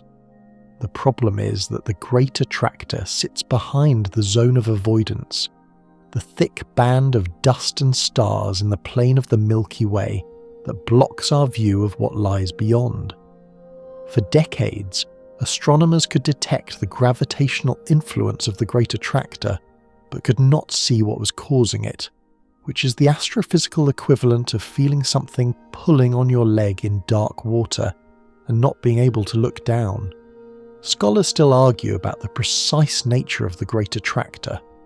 Current evidence suggests it is not a single massive object, but rather a large concentration of galaxy clusters, including the Norma cluster, whose combined gravity creates the observed pull. But the full picture remains incomplete, partly because the zone of avoidance keeps blocking the view, and partly because the universe seems to enjoy being coy about its larger structures. Here is a historical thread worth pulling. The idea that galaxies might be organised into large-scale structures is relatively recent. For most of the 20th century, cosmologists assumed that the universe was roughly uniform on large scales, that if you zoomed out far enough, galaxies would be spread more or less evenly in every direction, like raisins in a cosmic bread loaf. This assumption, called the cosmological principle, was foundational to most models of the universe. It was not until galaxy redshift surveys in the 1980s and 90s began mapping the three-dimensional positions of thousands of galaxies that the truth emerged. Galaxies were not evenly distributed. They were clustered along filaments and walls, surrounding enormous empty regions called voids, arranged in a pattern so striking that the astronomers who first saw it compared it to soap bubbles or a sponge. The universe had structure, it had architecture, and that architecture was about to get a name. Here is a quirky piece of the story. The CFA Redshift Survey, one of the first large-scale galaxy mapping projects, was conducted by Margaret Geller and John Huchra at the Harvard-Smithsonian Center for Astrophysics beginning in the 1980s. When they plotted the positions of galaxies in a slice of the sky, they discovered a vast sheet-like structure that Geller named the Great Wall, a filament of galaxies stretching at least 500 million light-years across. It was at the time the largest known structure in the universe, and it was discovered almost by accident, a pattern that emerged from data that was originally intended to answer a different question entirely. Geller reportedly said that the structure was so unexpected and so striking that when she first saw the plot, she thought there was an error in the data. There was not. The universe was simply more organised, more architectural, more web-like than anyone had imagined. Galaxy clusters, superclusters, filaments, walls, basins of gravitational attraction spanning hundreds of millions of light-years. You're nested inside layer after layer of structure, each one so much larger than the last that the previous layer becomes a speck, a footnote, a rounding error. And beneath all of it, holding it together, shaping its form, is something even larger and stranger. A web of invisible matter and energy that connects everything in the cosmos like a skeleton that no one can see. The cosmic web. It sounds like something from a fantasy novel, the kind of phrase a wizard would mutter while gesturing at a glowing map, but it is real, and it is arguably the largest coherent structure in existence. The cosmic web is the large-scale arrangement of matter in the universe, a network of filaments, nodes, sheets, and voids that stretches across the entire observable cosmos and gives the universe its shape, the way a skeleton gives a body its shape. Except this skeleton is made of dark matter and gas and spans billions of light years, and you cannot see it by looking up. Picture it like this.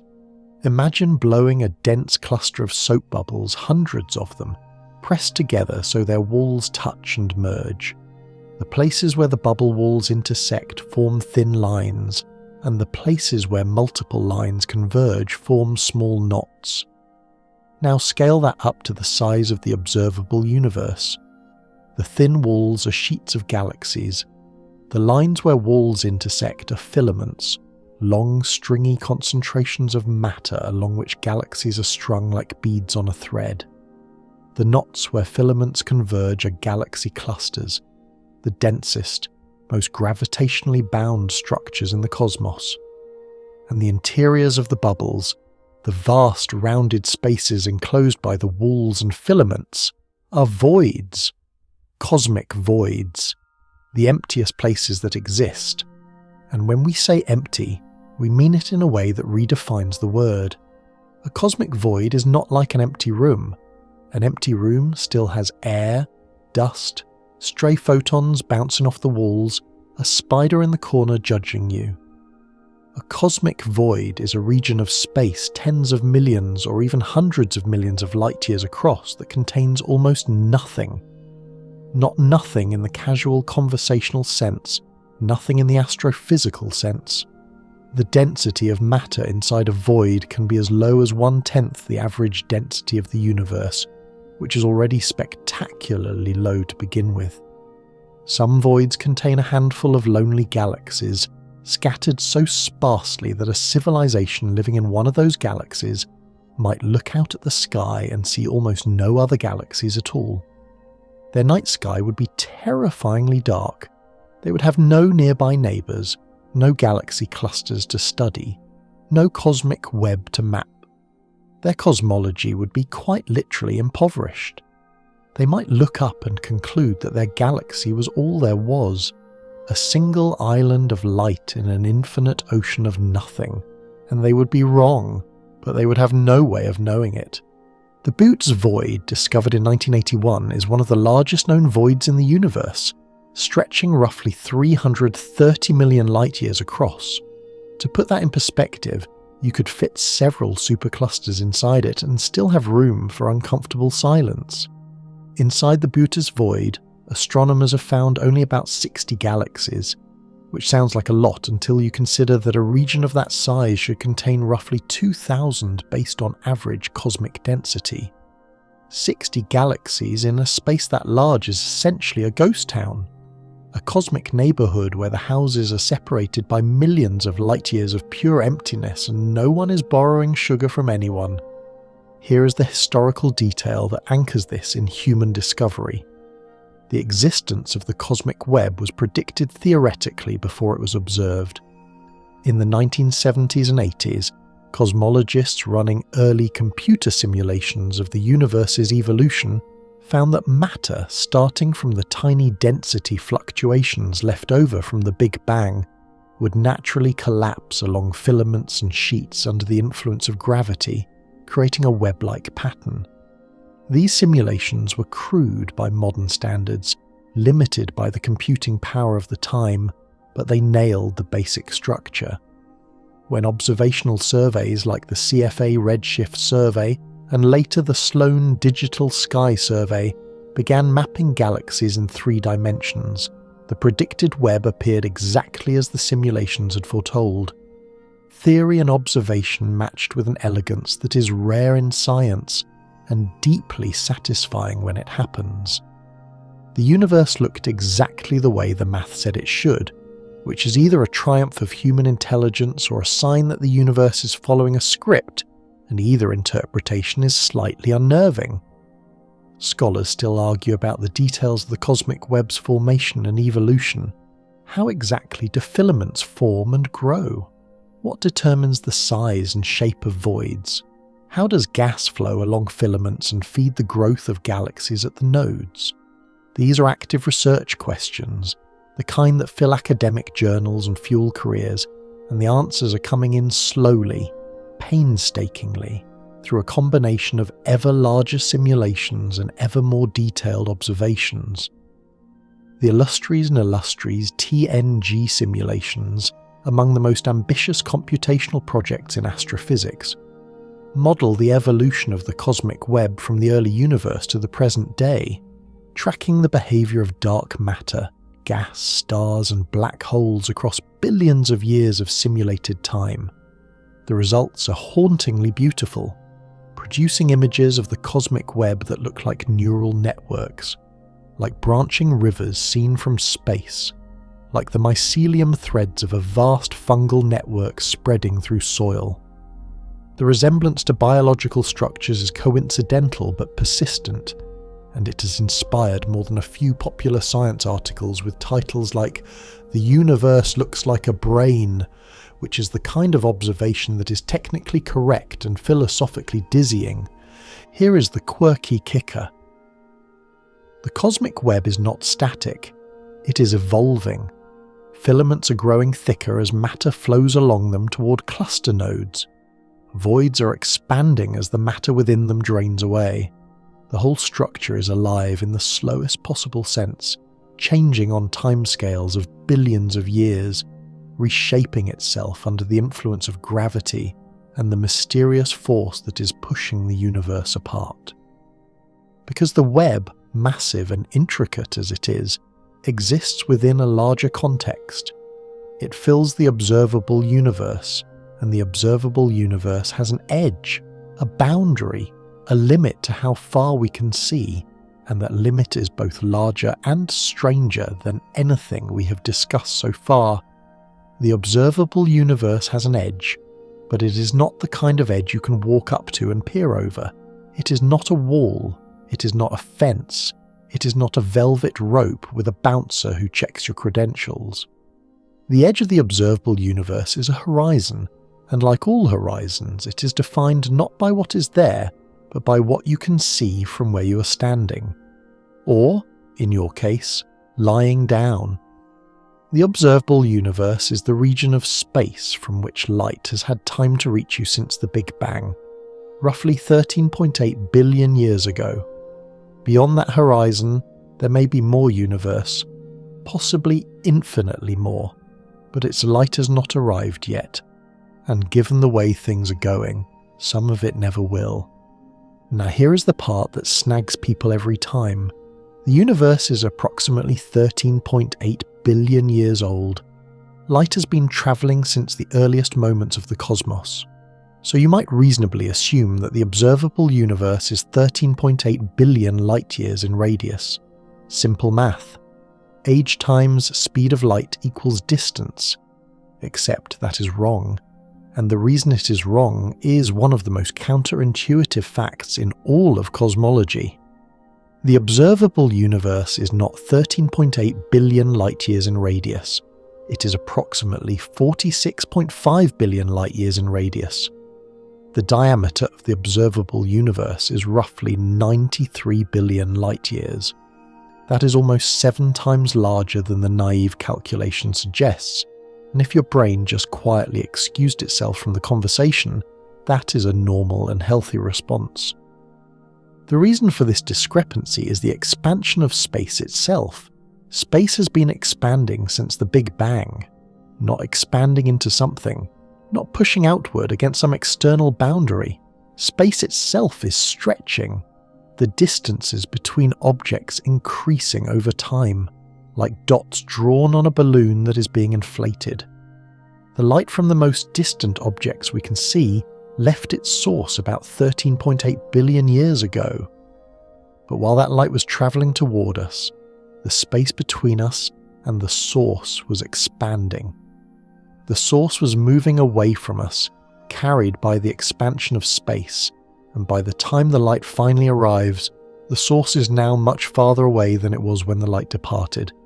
It is like running on a treadmill that keeps stretching. You're moving, but the ground beneath you is growing, and by the time you reach the end is not where it was when you started. Georges Lemaitre, a Belgian priest and physicist, was one of the first to propose what he called the primeval atom hypothesis in 1927. The idea that the universe began from an incredibly hot, dense state and has been expanding ever since. This was the intellectual ancestor of what we now call the Big Bang theory, and Lemaitre arrived at it by combining Einstein's general relativity with observations of galaxy redshifts. Einstein himself initially resisted the idea of an expanding universe, famously calling it abominable in a letter to Lemaitre, though he later acknowledged that the expansion was real and called his own resistance his greatest blunder. Scholars still argue about the precise degree of credit owed to Lemaitre versus Hubble in establishing the expansion of the universe, since Hubble's observational data, published 2 years after Lemaitre's theoretical work, is often cited as the definitive evidence, somewhat overshadowing Lemaitre's earlier contribution. History, like the universe, has a tendency to expand unevenly. Here is a quirky thought that rarely leaves the seminar room. The observable universe contains an estimated 2 trillion galaxies. 2 trillion.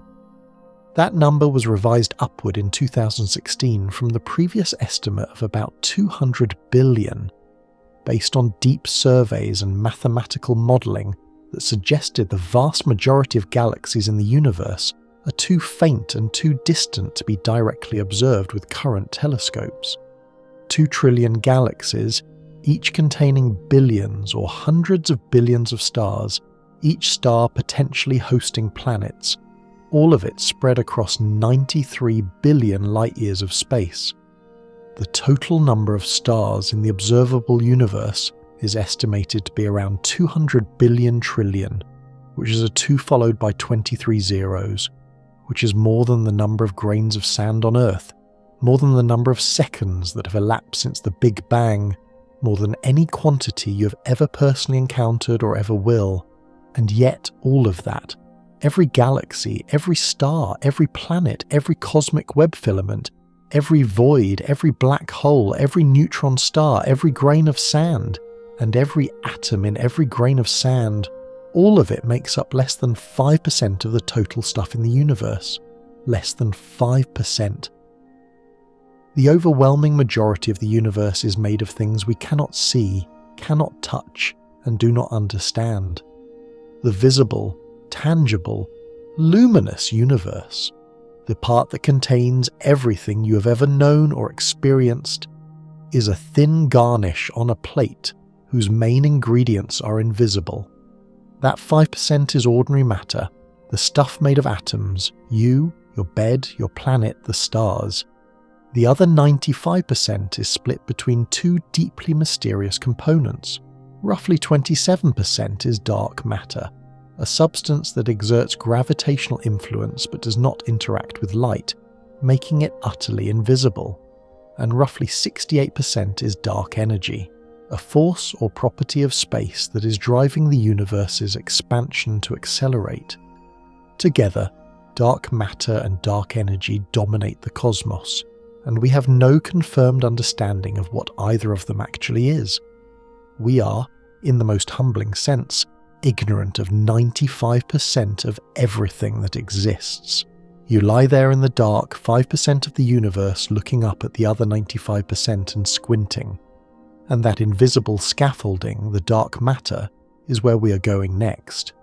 Dark matter is the universe's most successful ghost story, except it is real. And instead of haunting a house, it haunts everything. Every galaxy, every cluster, every filament of the cosmic web is saturated with dark matter, held together by it, shaped by it, and yet no one has ever seen it, touched it, or captured a single particle of it in a laboratory. It outweighs all the visible matter in the universe by a ratio of roughly 5-1.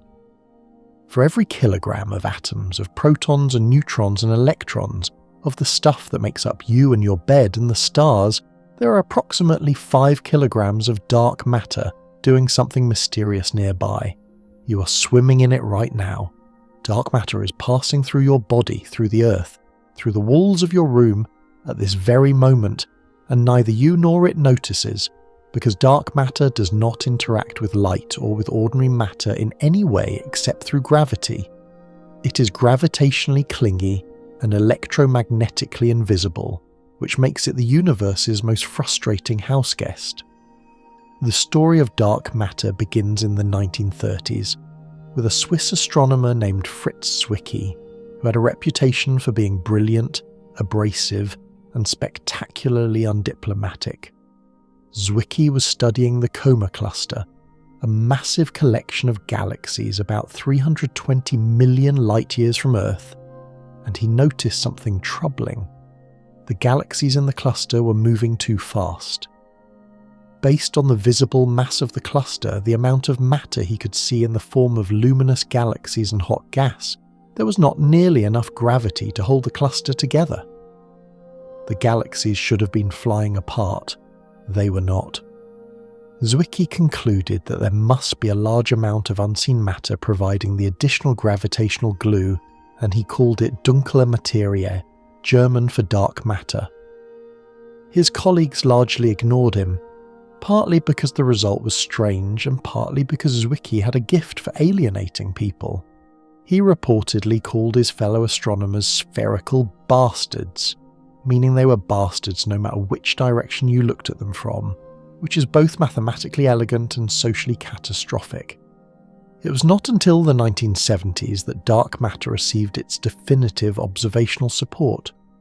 Vera Rubin, an American astronomer working at the Carnegie Institution, studied the rotation curves of spiral galaxies and found something that should not have been possible. The stars at the outer edges of galaxies were orbiting just as fast as the stars near the centre. In a galaxy held together only by the gravity of visible matter, the outer stars should have been moving much more slowly, the same way the outer planets in our solar system orbit more slowly than the inner ones. But they were not. The rotation curves were flat, implying that each galaxy was embedded in a vast halo of invisible mass that extended far beyond the visible disk.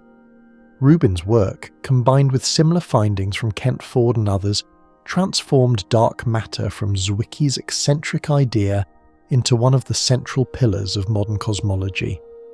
Scholars still argue about whether Rubin was unfairly denied the Nobel Prize for this work, a prize she never received before her death in 2016, and the argument tends to generate considerable heat, because the evidence she provided was foundational, the oversight was glaring, and the pattern of under-recognised women in physics, as we saw with Jocelyn Bell Burnell and her pulsars, is a pattern that keeps repeating.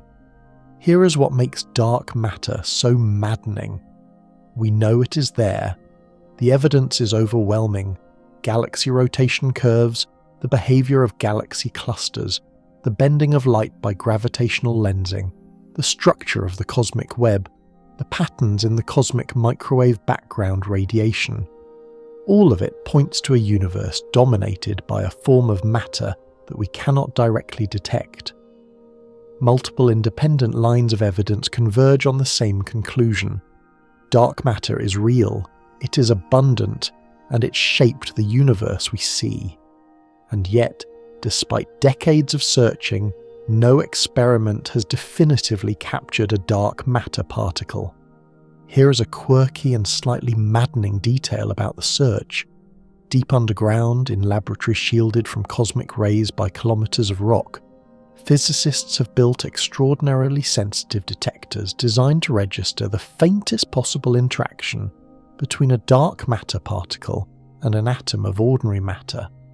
The Yenin experiment in Italy, the Luke Zeppelin experiment in South Dakota, the Pandax experiment in China, all of them use enormous tanks of ultra-pure liquid xenon, cooled to cryogenic temperatures, waiting for a single dark matter particle to bump into a single xenon atom and produce a tiny flash of light. The sensitivity of these detectors is astonishing. They can detect interactions so faint that they make a whisper sound like a thunderclap by comparison. And so far, they have found nothing. The dark matter particles, if they are particles at all, have refused to cooperate. Every year the detectors get more sensitive, the exclusion limits tighten, the range of possible dark matter candidates narrows, and the particles remain stubbornly, almost mockingly, absent.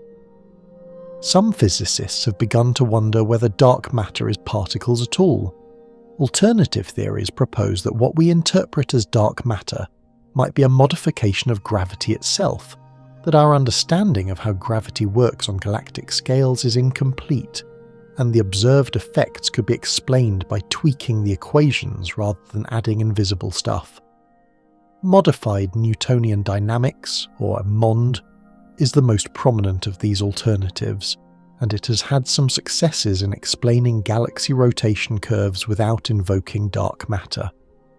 But it struggles with larger scale observations, particularly the cosmic microwave background and the structure of galaxy clusters, where the standard dark matter model excels.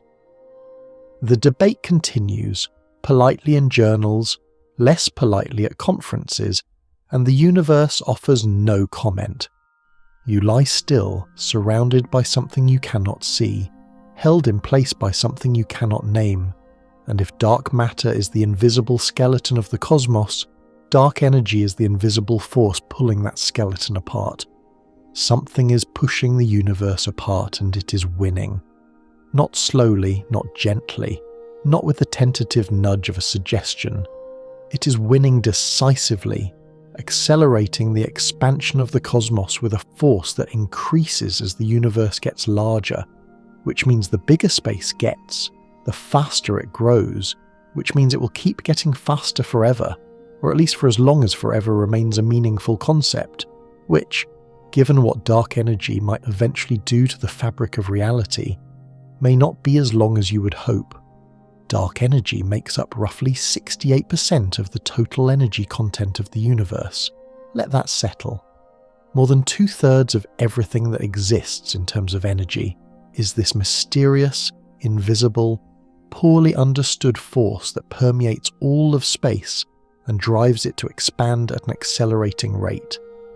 You're not just surrounded by dark energy the way you're surrounded by dark matter. You're marinated in it.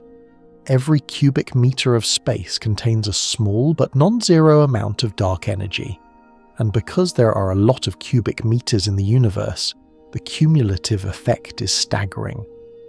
On the scale of your bedroom, the effect is negligible, unmeasurable, less than nothing. On the scale of galaxy clusters and superclusters, it is the dominant force shaping the fate of everything. The discovery that the universe's expansion was accelerating came in 1998, and it was, by all accounts, a shock. Two independent research teams, the Supernova Cosmology Project led by Saul Perlmutter, and the High Z Supernova Search Team, led by Brian Schmidt and Adam Rees, were studying distant Type 1a supernova, a particular kind of stellar explosion that can be used as a standard candle because its peak brightness is predictable. By comparing the observed brightness of these distant supernovae with their redshift, which tells you how much the universe has expanded since the light was emitted, you can map the expansion history of the cosmos. Both teams expected to find that the expansion was slowing down, decelerating under the gravitational pull of all the matter in the universe. Instead, they found the opposite. The expansion was speeding up.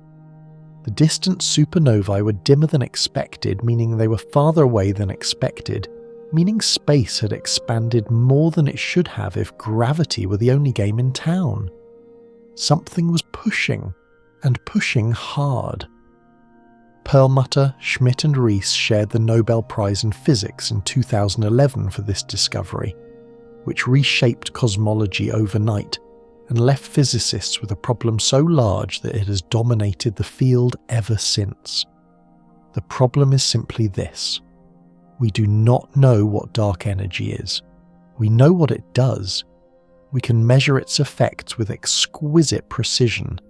We can describe it mathematically, but we do not know what it is made of, where it comes from, or why it has the value it has. It is the most abundant thing in the universe, and it is the least understood. One possibility is that dark energy is simply a property of space itself. Einstein's equations of general relativity allow for a term called the cosmological constant, represented by the Greek letter lambda, which acts as a kind of intrinsic energy density of empty space. Einstein originally introduced the cosmological constant to keep his equations compatible with a static, non-expanding universe, which was the prevailing assumption at the time. When Hubble's observation showed the universe was expanding, Einstein dropped the constant, reportedly calling it his greatest blunder. But the discovery of accelerating expansion brought it roaring back, because a cosmological constant with a small positive value produces exactly the kind of accelerated expansion that the supernova data revealed. The universe, it seems, has a built-in tendency to push itself apart, a gentle but relentless pressure woven into the fabric of space itself. But here is where the arguments get fierce. Quantum mechanics predicts that empty space should be seething with virtual particles, popping in and out of existence in an energetic froth, and this quantum vacuum energy should contribute to the cosmological constant. The problem is that when you calculate how much energy the quantum vacuum should contain, you get a number that is roughly 120 orders of magnitude larger than the observed value of dark energy. That is not a small discrepancy. That is the largest discrepancy between theory and observation in the entire history of physics. 120 orders of magnitude. It is so wrong that it makes every other wrong prediction in science look like a rounding error. Scholars still argue about whether this discrepancy indicates a fundamental flaw in our understanding of quantum mechanics, a flaw in our understanding of gravity, or some unknown mechanism that cancels out most of the vacuum energy, leaving behind just the tiny residual that we observe. Nobody knows, and the not knowing is both the most frustrating and the most exciting thing in modern physics. Here is a quirky possibility that keeps cosmologists awake at night, which is fitting given the theme of this evening. What if dark energy is not constant? What if it changes over time?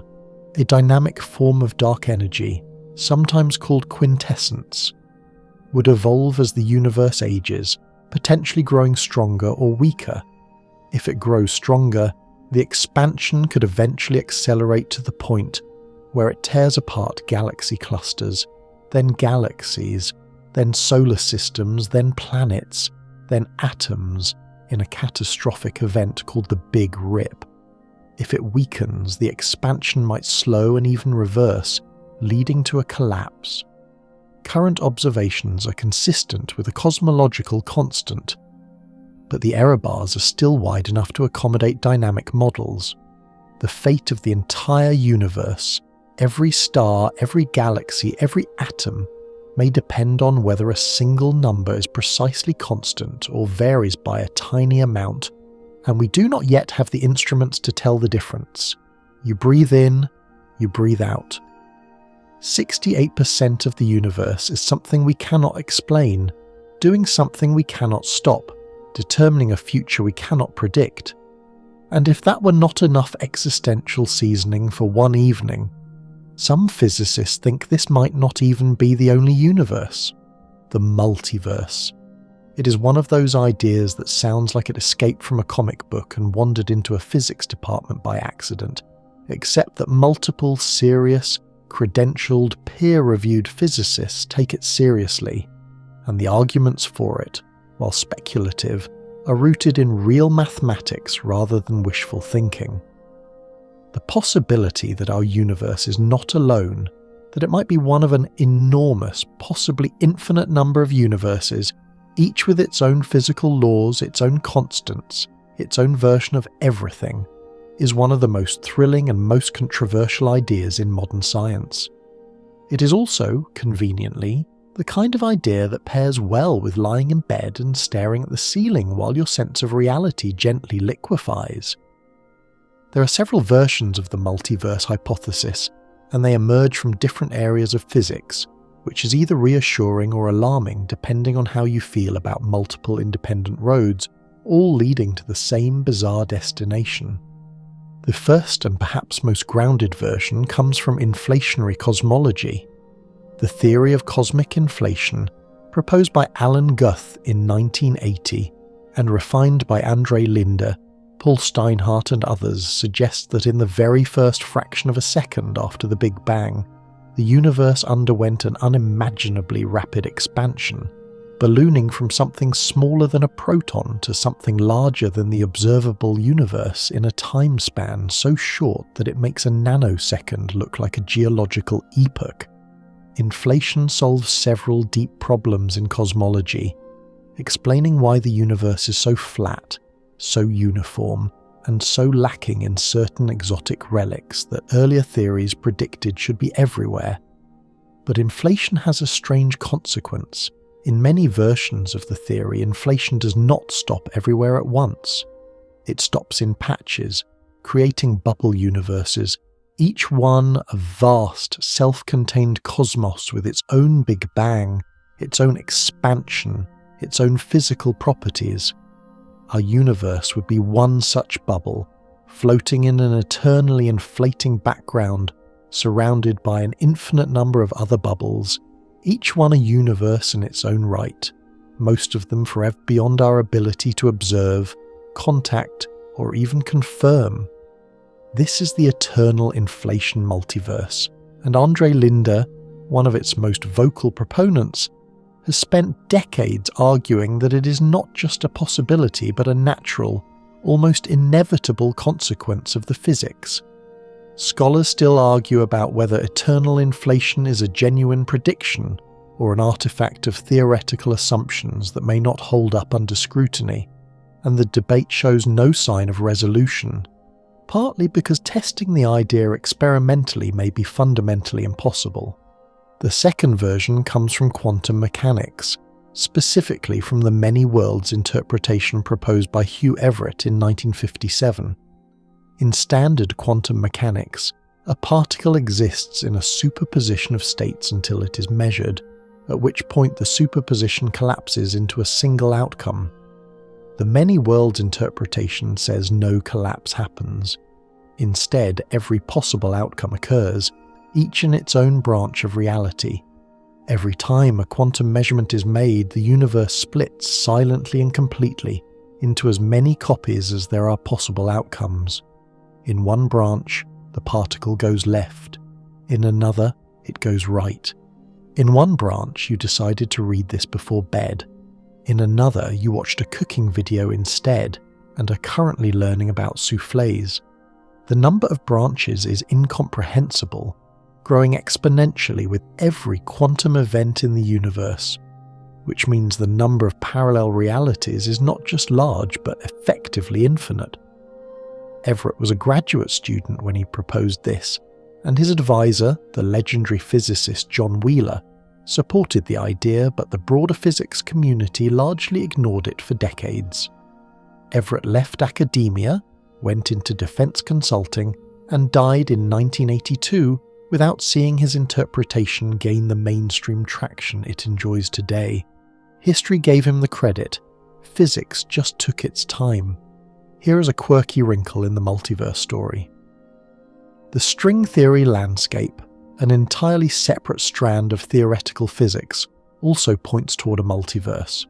String theory, which proposes that the fundamental building blocks of reality are tiny vibrating strings of energy rather than point particles, requires extra spatial dimensions, typically 10 or 11, most of which are curled up so small that we cannot detect them.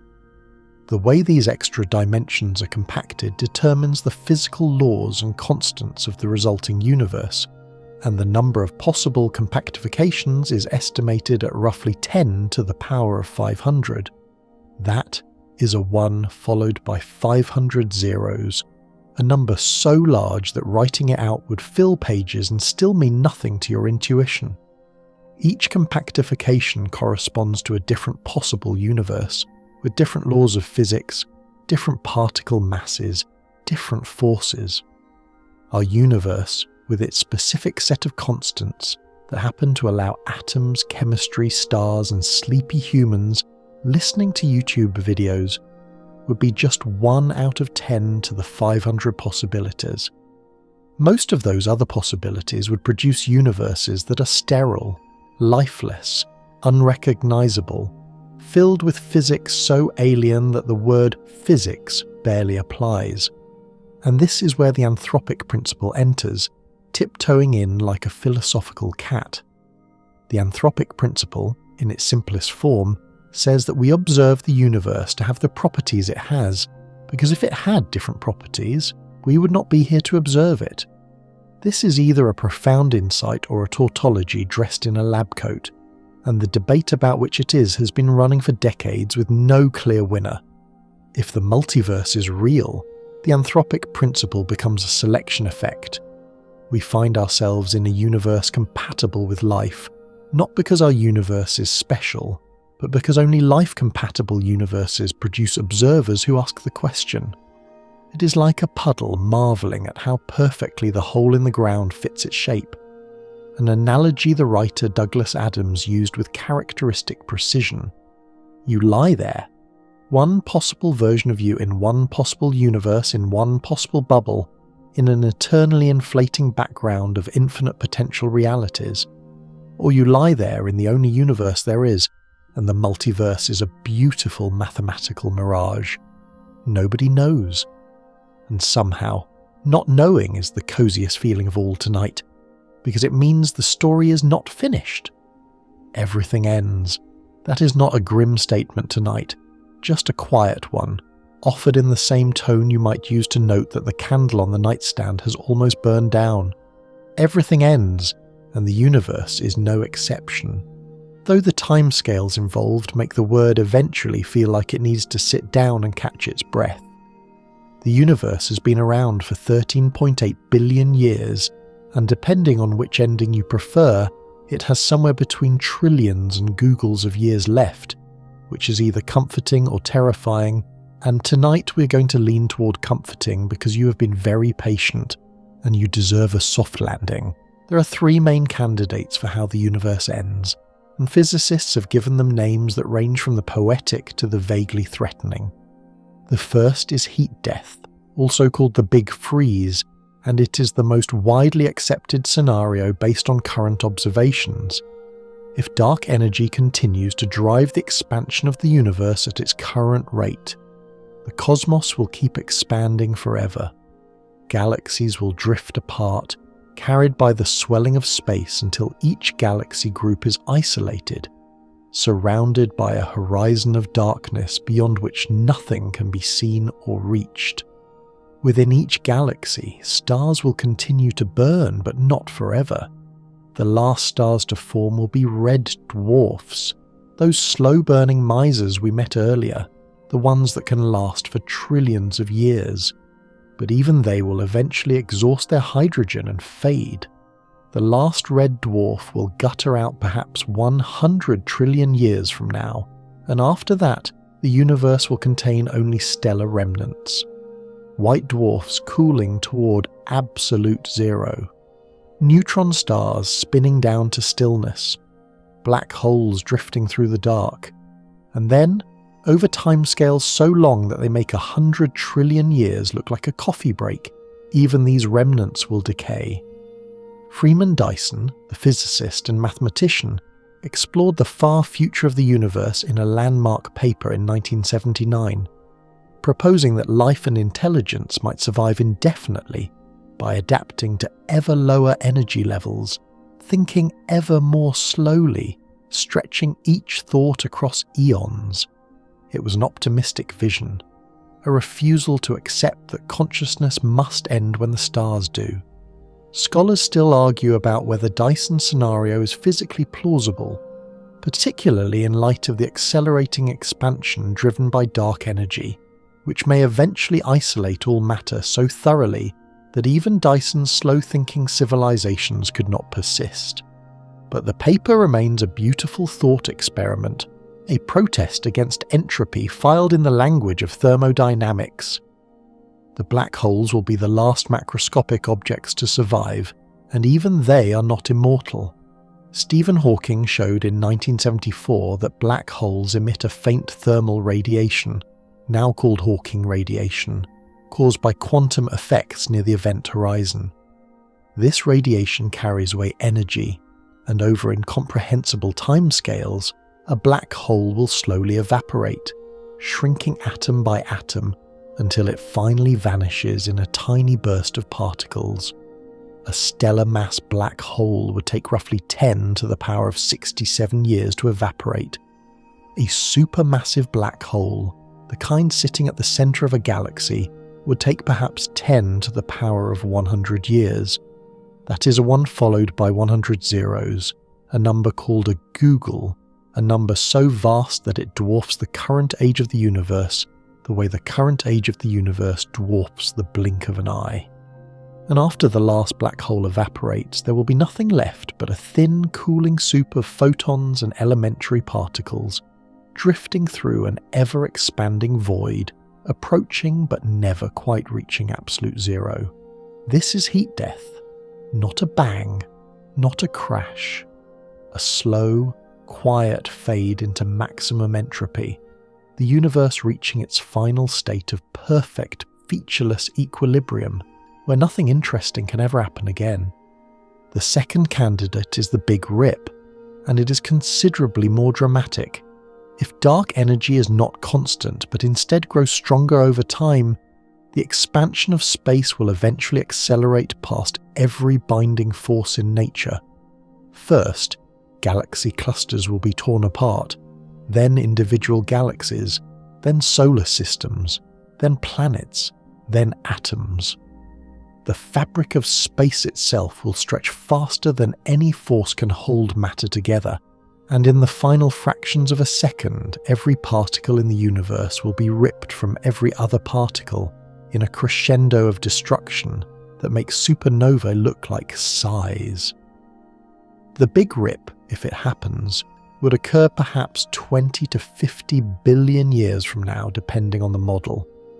Current data does not favour this scenario, but it does not rule it out entirely, and there is something grimly poetic about a universe that destroys itself by growing too enthusiastically. The third candidate, the Big Crunch, is the reverse of the Big Bang.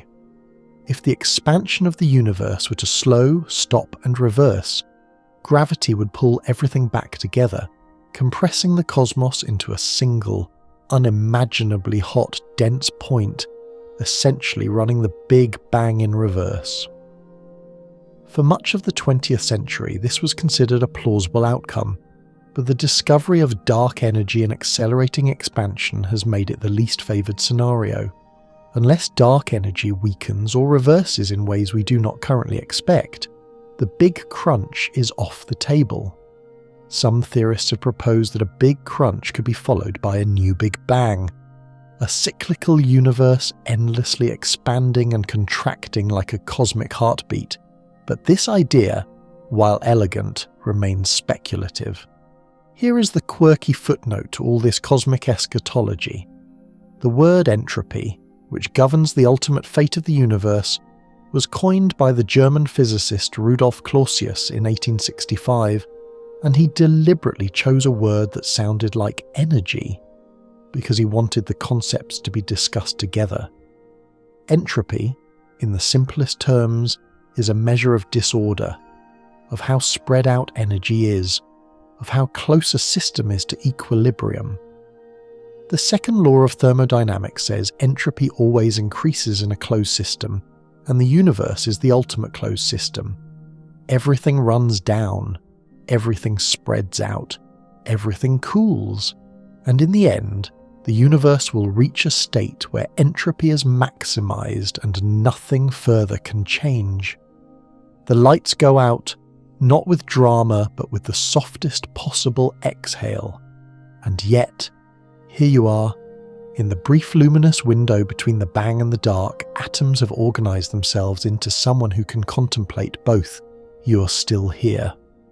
After all of that, after the atoms in your pillow and the grain of sand with its hidden quintillions, after the grapefruit sun and the shockingly distant moon, after light speed and its maddening patience, after the empty ocean beyond Neptune where Voyager crawls toward nothing in particular, after stars that could swallow orbits and neutron stars that spin like deranged tops, after black holes that break time and galaxies that eat each other, after the cosmic web and its haunting resemblance to a neural network, after the edge of the observable universe, and the invisible 95% that holds it all together.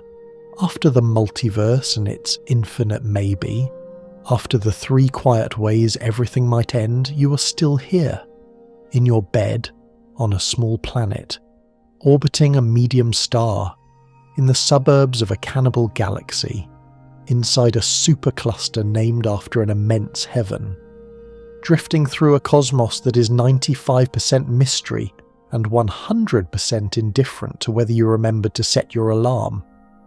And the most staggering thing, the thing that should by all rights be the strangest fact in this entire journey, is that you are made of it. All of it. The hydrogen in your body was formed in the first few minutes after the Big Bang, when the universe was a screaming hot soup of plasma and radiation, and the laws of physics were still settling into their chairs. That hydrogen is roughly 13.8 billion years old. It has been around since the beginning, drifting through gas clouds, collapsing into stars, being fused into heavier elements, exploding outward in supernovae, drifting again, collapsing again, and eventually, after billions of years of cosmic recycling, ending up in you. The carbon in your muscles, the nitrogen in your DNA, the oxygen you're breathing, the iron in your blood, the calcium in your bones, all of it was forged inside stars that died before our sun was born. You're not merely observing the universe, you're the universe observing itself, a temporary arrangement of ancient matter that has, against all probability, developed the ability to wonder where it came from. This idea is not new. Carl Sagan said it beautifully. So did Neil deGrasse Tyson, and Joni Mitchell, and the physicist Lawrence Krauss, and probably a dozen other people in a dozen other ways. But it bears repeating tonight, in this context, after the journey we've taken, because it is easy to feel small after contemplating the true scale of the cosmos. It is easy to feel insignificant, like a rounding error in the universe's accounting, like a speck on a speck on a speck. And in one sense you are. In terms of size, in terms of duration, in terms of gravitational influence, you are negligible. The universe would not notice if you were gone. The Milky Way would not pause. The cosmic web would not shudder. The expansion of space would continue at precisely the same rate. But in another sense, a sense that is just as valid and considerably more interesting, you are the rarest thing in the known universe. You are matter that thinks. You are atoms that ask questions. In the entire observable cosmos, with its 2 trillion galaxies and its 200 billion trillion stars, we have found exactly one place where matter has organized itself into something that can contemplate its own existence. And that place is here, and that matter is you. Scholars still argue about whether life exists elsewhere, whether intelligence has arisen on other worlds, whether the universe is teeming with minds, or whether we are profoundly, cosmically alone. We do not know. The Fermi paradox, the unsettling silence of the cosmos in the face of so many potential civilizations, remains unresolved. But as of tonight, as of right now, the only confirmed example of the universe becoming aware of itself is lying in a bed somewhere on the surface of a small blue planet, listening to someone talk about the scale of everything. Here is one last quirky detail to carry with you into sleep. The atoms in your body are not permanently yours, they cycle through you. You replace roughly 98% of your atoms every year through eating, breathing, drinking, and various biological processes that are best not described in detail when you're trying to relax. The atoms in your body right now are not the same atoms that were in your body a year ago. You are a pattern, not a thing. A wave, not the water. The matter flows through you the way a river flows through a riverbed, and the shape persists even as the substance changes. Some of the atoms currently in your left hand may once have been part of a tree in a forest that no longer exists. Some may have been part of a dinosaur or a Roman emperor, or a cloud above an ocean that evaporated millions of years ago. You are a temporary collaboration of ancient particles, a cosmic group project that has been running for 13.8 billion years and will continue in different forms long after you're done with your particular arrangement. And that somehow is the most comforting thought of all. So let it go now. Let the numbers dissolve. Let the light years and the quintillions and the supernovae blur and soften like watercolours left in the rain. You do not need to hold any of this. You never did. The universe will continue its slow, magnificent, incomprehensible unfolding whether you're awake for it or not. And right now, not being awake for it sounds like exactly the right idea. Your breath is slowing, your eyelids are heavy, heavier than neutron star material, heavier than a teaspoon of collapsed stellar core, except not really. They're just tired, and that is enough. The room is quiet. The fan hums, if there is a fan. The dark is gentle, not the dark of a void between galaxy clusters, not the dark beyond the event horizon, just the dark of your room, soft and familiar and safe.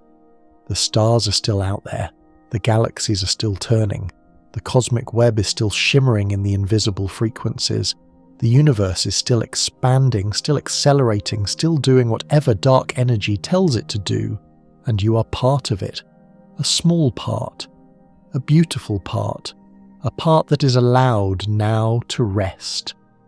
Let the scale of everything shrink back down to the size of this moment, this breath, this pillow, this warm, heavy feeling behind your eyes. The universe can wait. It has been waiting for 13.8 billion years. It can wait a little longer. Good night, sleep well, and dream of stars.